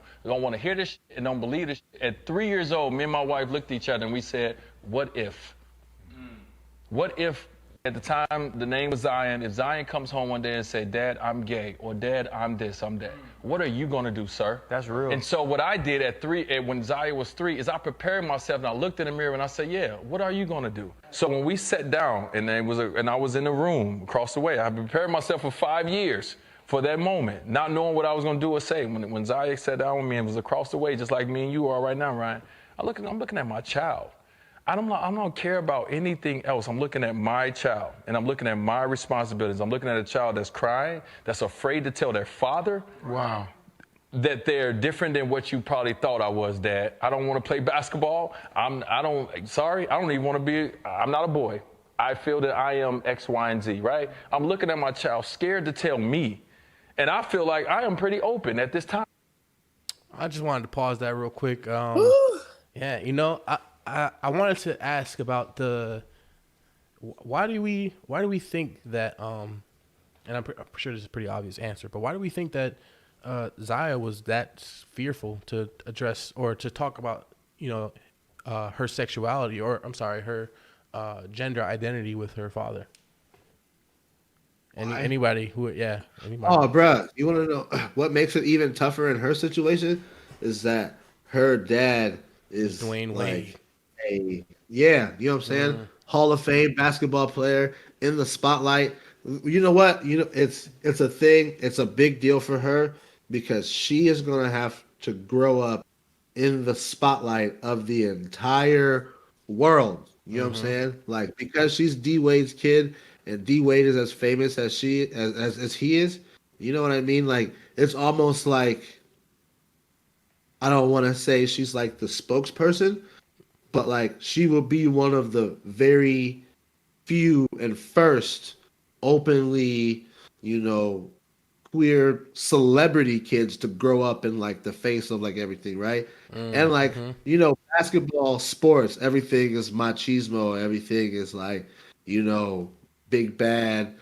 You know, you hear people talk shit on the court, like it's all macho, right? So it's like, how is dad, this basketball player from Chicago, a rough part of Chicago, right? Like, I see my dad come out here and compete against these guys, and he's a whole different other person when he's on the court versus when he's at home. But it's like, how do I tell my superstar athlete dad, who's, you know, from the hood of Chicago, that I'm not me? So I feel like that make it super tough.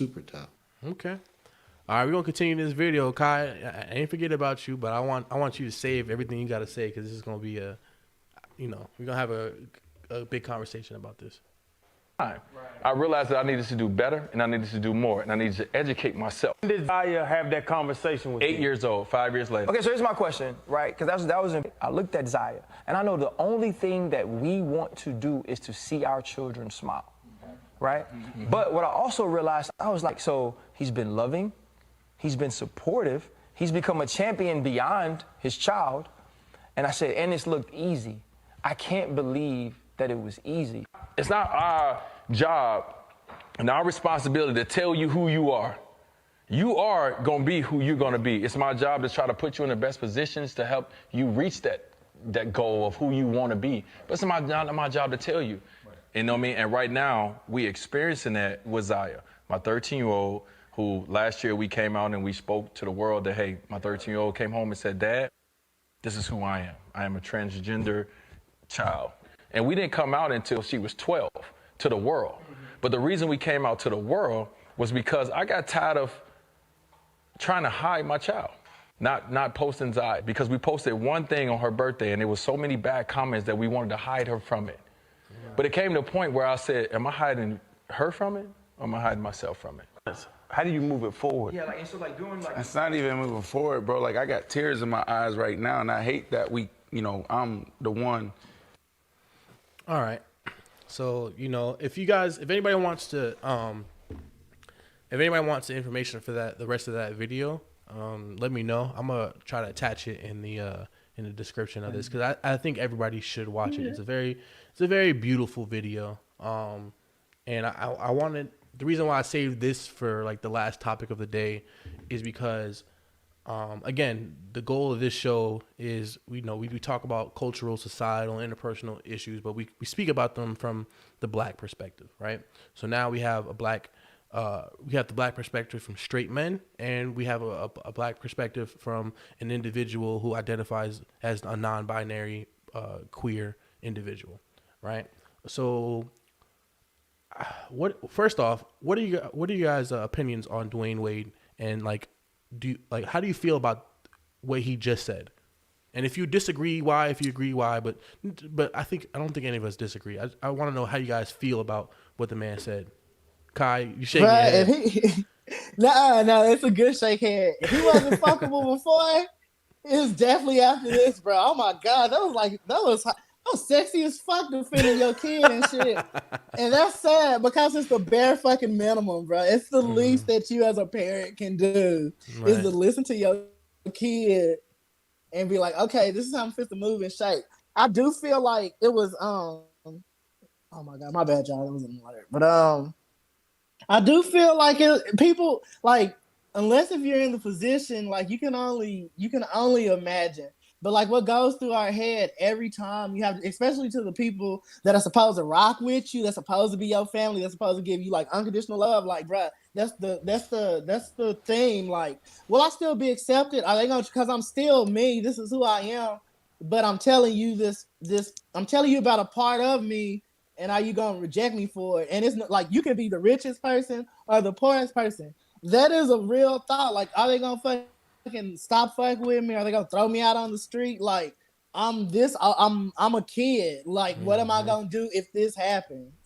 Or like, will they treat me differently? Will they hate me? What will they say to me? Those are like, and no matter who the person is, hell, Dwayne Wade is cool, but like at the end of the day, hell yeah, he a regular ass straight black nigga from Chicago. I'm this nigga about to act, like, and you see it growing up as a kid, especially as a queer kid. Like, for me, it was a horror. Like, men have always been like the shit stain on somebody's underwear for me because they've been absolutely horrible to a kid. Like, this is like, it's not like I'm trying to push up on you or see nothing. It's just like, I remember my grandma, she would take me around niggas and be like, oh, well, like, oh, some mentor type shit. Or like, oh, he ain't got no daddy or nothing like that. Like, can he wasn't even like niggas be like grown as fuck, like trying to distance himself away from me. So, like, that's why people don't be feeling comfortable all the time, even if it's a parent or that's what you think like that. No, there's a whole fear because like rejection is a big thing, especially in development.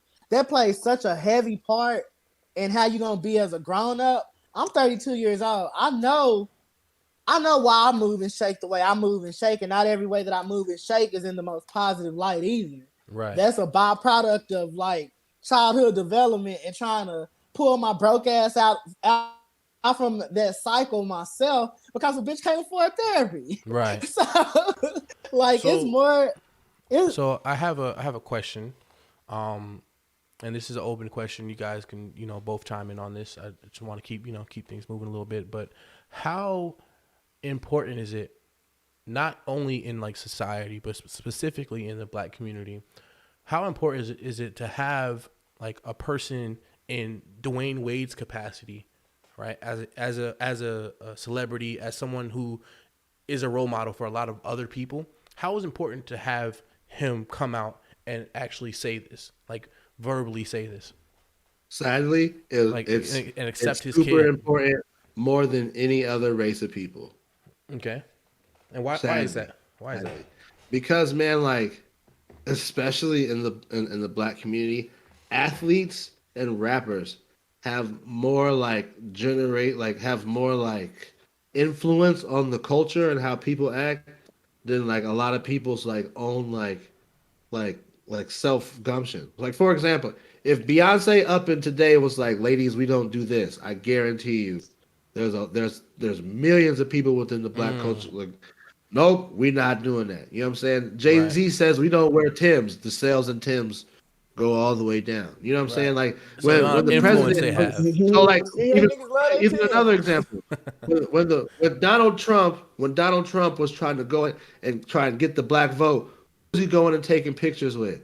Kanye, rappers, football. You know, maybe someone from football, Jim Brown, people like that. You know what I mean? Like athletes and rappers have like this like holy grail of like influence on people. Right? So like for someone who, especially like a guy like me, I played sports. You know what I'm saying? Like obviously D Wade is if he's coming out and being vulnerable and saying like, I needed to have this conversation with myself in the mirror to make sure I was ready for that. If someone like that is saying that like I can admit like the problems like that they had and had to go through that, then like, you know, the person that is idolizing D Wade, the person that puts D Wade up on that pedestal is going to be more likely to move the same way because it's a social norm because someone who's rich, has power, is well known, is coming out and having this conversation, and he's spearheading the conversation. It's not like he's like, you know, someone else started it and he's like riding the train. No, he's in front of it, he's owning it, and he's trying to, you know, he's trying to just, and it's sad because he's just being a good dad. Like kind of, it's the bare minimum that you can do is support your kid, and we're making it a deal like, oh, D Wade is this great guy for sticking up for his daughter and doing all of this. When in reality, you know what I'm saying, anyone outside of the black culture would be like, okay, it's just a dude that plays sports and he's doing what he's supposed to do. You know what I mean? So you know what? I think that's a very important point. With that being said, I'm actually gonna let the rest of this video play out. We got 6 minutes left. And again, you know, if for anybody watching, if you guys don't want to necessarily watch this, come back in 6 minutes. But I think this is very pertinent, and I think that we should definitely focus in on the rest of this video because he says a lot of things that actually kind of touch me, and I'll explain why later. But let's finish this video actually. Give them advice. That's what we want on this show. You just Give said them it. advice. You just said it. I'm over here living real motherfucking life. If everybody on the outside, I don't care about the outside noise. We don't listen. Zaya don't give a fuck about the outside noise. So people can't get over themselves and their pride and their ego. You know what I'm saying? Get out the fucking way and let your child to be who they are. We grew up in a certain era. Right. Life evolves, people evolve. 2021 is not the first time that we've experienced gay people. We've experienced transgender, LGBTQ+. But this is not the first time, right? Like we're in that generation now. When it comes to my child, and everyone says they are willing to do this, I'm willing to die for mine. And so if you want to say something against mine, if you want to hurt mine, come and talk to me first, because my child has the right and the ability to be whoever they want to be in this life, and I'm going to make sure of it. I don't care who or what they decide to do. If this is my job. I am the leader of this family. As the leader of this family, I'm going to make sure who you are is shown and shouted out to the world, because I don't want my kids to not feel comfortable. And we're already black people in the world. That's enough. Season 1 pose. We didn't know a lot about transgender. We didn't know a lot about lesbian and gay and queer. I was watching Pose with my daughter. And it was a scene in there where the father came home and threw his son out of the house because he was looking at these magazines that was gay magazines that was inappropriate about men. He kicked them out on the streets. And at that moment, my child was like, I've never experienced that. I don't even know what that, like, this was foreign to her. And at that moment, I was like, thank you for allowing me to be her father. because it's lesser people out there that can't get over themselves. It's not about the child. It's about you individually. In that situation, what did you tell your daughter? She saw that. I didn't have to say anything. She seen it. For the first time, she saw that she don't have to live life like that. That she has a family that loves her and support her. And it's like, once again, that our village loves her and support her. So what's Zaya's worth? Zaya's worth is outside of this world. We have no idea. I posted something today and I pushed hashtag iconic because the movement that Zaya, the space and the voice that she has, and not putting on her, she's 13 years old. She's a child still. But she be fly as hell, though. She be fly as hell. And know it. And be stunting on her. Yes. I mean, having me as father to be able to speak out for her. Zaya don't speak much. Me and my wife speaks for her, right? Because we're sitting down with her. We like, okay, we just learned something new. Okay, so this is what demisexual mean. Okay, I didn't know nothing about demisexual. My bad. Like, we sit down with her and then we come out to the world after we go research and talk to all our friends and say, okay, this is where we at now with Zaya. You know what I'm saying? And so the whole thing is, what I like to tell people is, like, it's not that our kid is running the asylum. We are learning from our child of who they are. On top of being an NBA legend, on top of being a great father, that you now also have to stand in front of that movement as well, so that Zayas and the next generation of Zayas are treated in a way that they're not only a part of their community, but a part of I'm talking about even just some black people. They're treated differently. Bro, you got to give yourself some credit, right? You got to give yourself credit for listening. You got to give yourself credit for the humility of being a black man who succeeded from the places you succeeded, and being willing to listen to your child, right? Like, I don't know how y'all grew up, but I know I ain't have an opinion in my house. Brian, this is life and death what I'm dealing with. That's what I'm saying. Being a father, the entire nine, your biggest inspiration. Your children. I mean, I follow you, bro, and the things that you do as a parent, but too, it gets a little bit more complicated as a celebrity parent. Because people are gonna always want to scrutinize you for your thoughts. It's always gonna be some sort of additional conversation. At some point, as a parent, I know you're the parent, and I'm not saying that people out there get it wrong when they feel that, oh, the child is now parenting the parents. No, it's not that. But one thing you understand from a young age, your child is going to be who they are. You have to pay attention. You have to watch who they are. You have to be able to go there where they at and be able to bring that up, right? So they can feel confident in whoever they're going to become. And so for me, as a parent, when it came down to Zaya, yes, I tried to put a basketball in Zaya's head. Zaya was like, no, don't want no part of the sport. Tell granddad to stop buying me baseball mitts because I don't want none of that. You know what I mean? And, you know what I mean? And tell dad, no, dad, I don't want to do no push-ups. Don't tell me to man up. And I had to learn. One day, we don't know when that day is going to come, where our expiration date is going to come. When I leave this earth, I want my family, as everybody, to say, you know what? He did everything he could to make sure that we felt seen, we felt loved, and we were heard. And that's all I care about when it comes to my family. You got to look at yourself in the mirror. You got to go to that mirror and look in the mirror. And when you have kids and say, all right, if my kid is going to be boom, boom, boom, how are you going to deal with it, sir? Zaya, don't give a fuck about the outside noise. So people can't get over themselves and their pride and their ego. You know what I'm saying? Get out the fucking way and let your child to be who they are. All right. So that was that video. Let me close out of this. Any last impressions on the video? Actually, you know what? Let me go to the comment section real quick because we haven't checked out those in a while. But we just got Matt coming through saying some of the conversations we had were triggering, and yeah, they were. I won't disagree with that.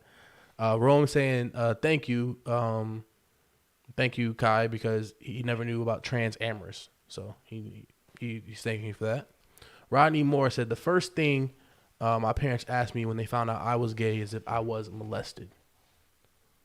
Interesting. So like you said, there is that correlation of sexual abuse. Something must have went wrong. The societal thing. Society thinks that if someone is, queer, that somewhere down the line they were abused or something had to go wrong for them to be that way. So, let me see. Pop's coming through basically saying he has some shit to do. So, all right, that's fine. Cool. Rome said the pressure of her father's career is why that's so important. and Matt was basically saying that he was about to cry. And Rome said D Wade is forever goated for that video. How do you guys feel? Is D Wade goated for that? D Wade deserves all the pussy that comes his way. Gabby, just like I don't think Gabrielle Union going for that though. Gabby. Come on, Gab. Maybe I'm just a not basic, going. simple ass bitch. You know what? She strikes me as that, but like, And you know what? You know what's crazy? It's crazy because like for me being a sports head, right? What really drives this video home is you should see the video of D Wade playing his son in basketball. Mm-hmm. That shit is crazy, bro. It is the complete kill switch, bro. He's fuck that, you fucking soft little nigga. Get up, let's go, let's play. Like man up, like the shit that he said, like he was doing his eye. She's like, no, I don't like that. Like when he's with his other son and they're hooping, bro, like he is intense as fuck. So it's like it's good to see that he knows how to push his kids certain ways, right? You know which ones can be pushed, which one can be. You know what I'm saying? Like he still has like it's dope because like this is a masculine straight man having a conversation with a bunch of other masculine straight men saying that like us as masculine straight black men need to look ourselves in the mirror and get over ourselves to be able to help our counterparts who at a higher rate than white people are killing themselves or have addiction issues or something like that. So I think he's putting a lot of emphasis towards us.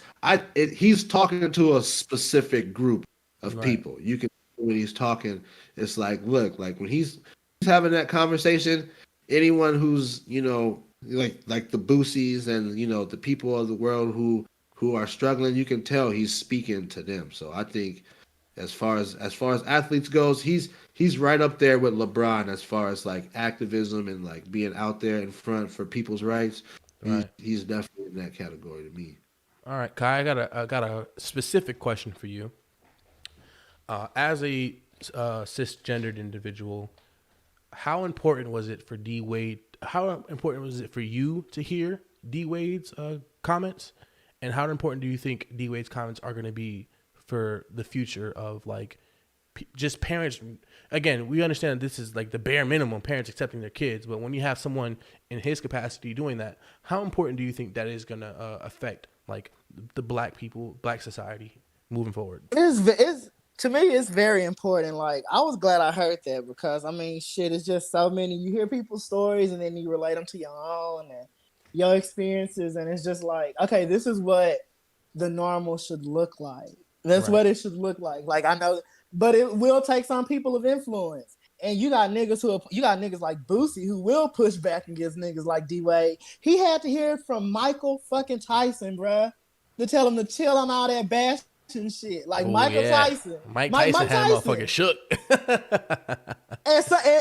for some niggas, it really do take it's so funny. Like people persecute queerness and gay, but like straight cis black men have some of the most homo based relationships that there are, as far as like how they confide within their like.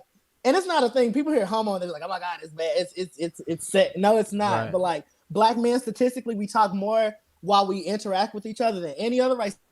I took African American communications when I was an undergrad, and that's a thing. Like barbershop talk, and they respect, and they respect men of authority and power. So if it's a nigga that comes up and it's like, "Oh, I feel like I'm evenly matched," then I can disagree with what he says, but you get a nigga that's just like a little bit more tough, a little bit more, and sometimes that's how you have to move. 1 second.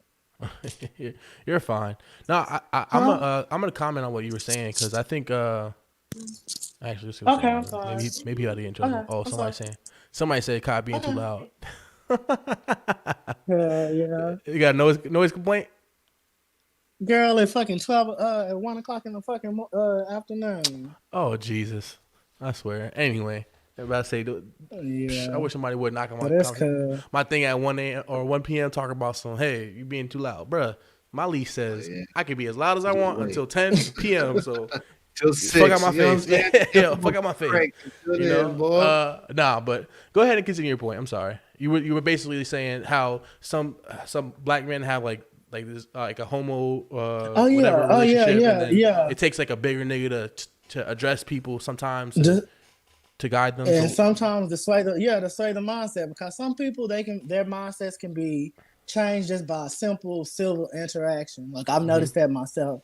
Some people they need to see by example too. Some people can hear somebody speak, but like the thing for me, like it's always been action based. I know what unconditional love feels like because I've seen that with my eyes through the relationship I had with my grandmother. I can see how people react when it comes to me just being me, because this is an experience that I've seen. I know this is to be a thing. It's a truth. So yeah, it's very, I don't know. Like I feel like from here on out, there's no excuse. Like you remember that? I don't know if you remember that incident where that father he boiled his son and his boyfriend. He threw that hot water on there. Oh shit! Because he caught them in the bed together. Yeah, and it's just like at a point in time, it would have been acceptable. Growing up in the '90s, it would have been acceptable. He'd be like, "Oh yeah, I would have did the same fucking thing." Right. But seeing this versus something like that, and you see, like, there's no excuse for it to be. What do you call it? There's no excuse for bad parenting or abuse, like in that sense, in that fashion, because you see somebody who's like, look, this is what I'm doing. People are going to start following that. As bad as we don't want to say that these aren't our role models and shit like that, that's exactly how some people operate. If they're not going to pick it up out of a book or listen to the people that's around them, they need to see people who they idolize doing the deed. For sure. No, I agree wholeheartedly. I think when I saw this video, and I saw this a while ago, I just remember I saved it, I'm glad I saved it, because I felt like, damn, like that's a man, you know, like when I think of like being a man, being the head of your household, you know, being a good father, at the end of the day, accepting your children for who they are and just not letting other people deter that or try to sway your opinion or let old fashioned ideas try to enforce your like ideologies onto your kid. I think that was like the biggest, like, because I don't even follow basketball like that. Like I know D-Wade, don't get me wrong, and I know who he is, and everybody knows D-Wade. But you know, it's not like for him, he's not. I don't look at him. I do not look at him as some type of role model, like for me personally. But after seeing that, I'm like, damn, that's a real ass nigga right there. Like I can't even fault that man for anything he said. I think he articulated himself extremely well. I think he had old dude crying, the other dude crying, you know, because he was just like, damn, like this is how black love should be, black fatherly love should be. And I agree wholeheartedly. I think, again, we were talking about how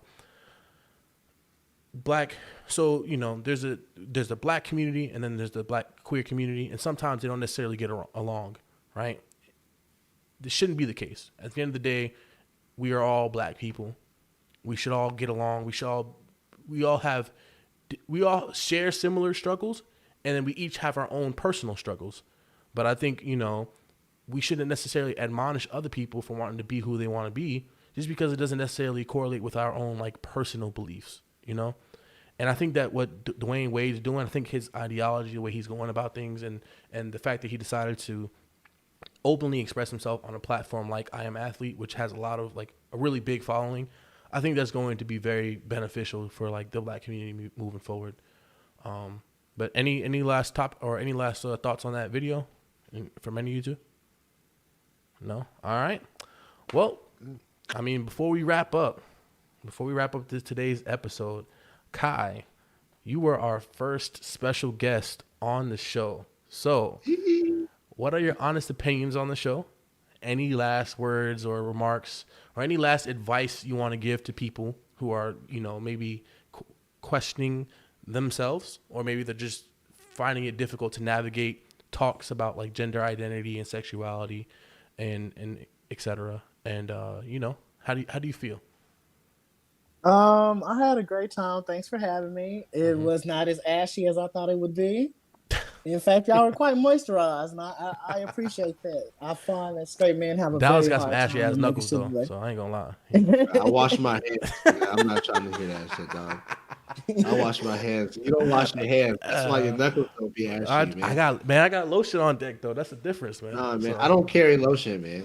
I don't carry lotion. I use hand I wash sanitizer. my I hands, don't. but I got lotion too. You know what I'm saying? I'm When gonna I recommend leave this the brand to crib, you, bro, Dallas. I leave the crib, I'll be lucky to remember to take my head with me, let alone a bottle of lotion, dog. All right, God, I'm sorry. I didn't mean to interrupt. Go ahead. No, y'all Man. good.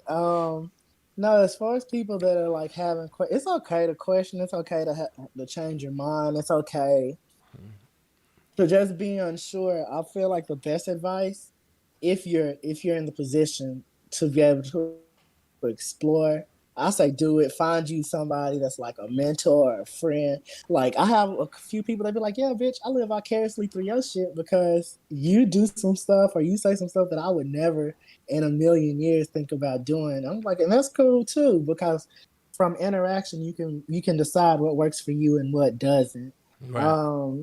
I feel like, and for everybody, this is cis, trans, non-binary, gay, straight, bi, poly, asexual, anything. Like, just keep it with respect. Like, just because you don't understand it, don't mean that it's ununderstandable and it's not natural. Sometimes it's best for you just to shut the hell up, sit there and eat your food and listen. Mm-hmm. It All right, costs Kai. $0 to do that. All right. Well, why don't you tell the people where to follow you at, man? Tell them about the, What? I'm about to say. Okay. Yeah. If you wanna follow me, I have Instagram, even though I really haven't been posting like good ass like content, but I assure you once I have my hot thought summer, it will be. So you can follow me at the Lazy Hoe on Instagram.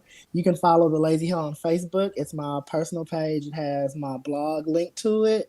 Right now I'm in the process of getting my site built and getting all the trademarks and shit done like that. So I will have a site shortly, but you can follow me on WordPress on kaistories.wordpress.com. And I want to say Snapchat is Rude Boy K with a WOY. That's All it. right. All right. Well, all right, goons. It's been another episode of the M.O.B Podcast. With your boy DK, the homie Dallas, and our special guest, the Lazy Hoe. Let us know what you thought about today's episode in the comment section below. Remember, we try our best to have meaningful discord and conversation because at the end of the day, although we may agree to disagree, these are talks that need to be had, and these are conversations that need to be heard. So follow us on Facebook, YouTube, IG, and Twitch. Share today's episode with the homies, Try to get our name out there. We're trying to grow. We're trying to get bigger. You know what I'm saying? We're trying to make this like a legit thing. And we are going to make this a legit thing. But either way, tell them, go check out Kai's stuff. Tell them, that the mob sent you. And, have a great and wonderful rest of the day. Peace.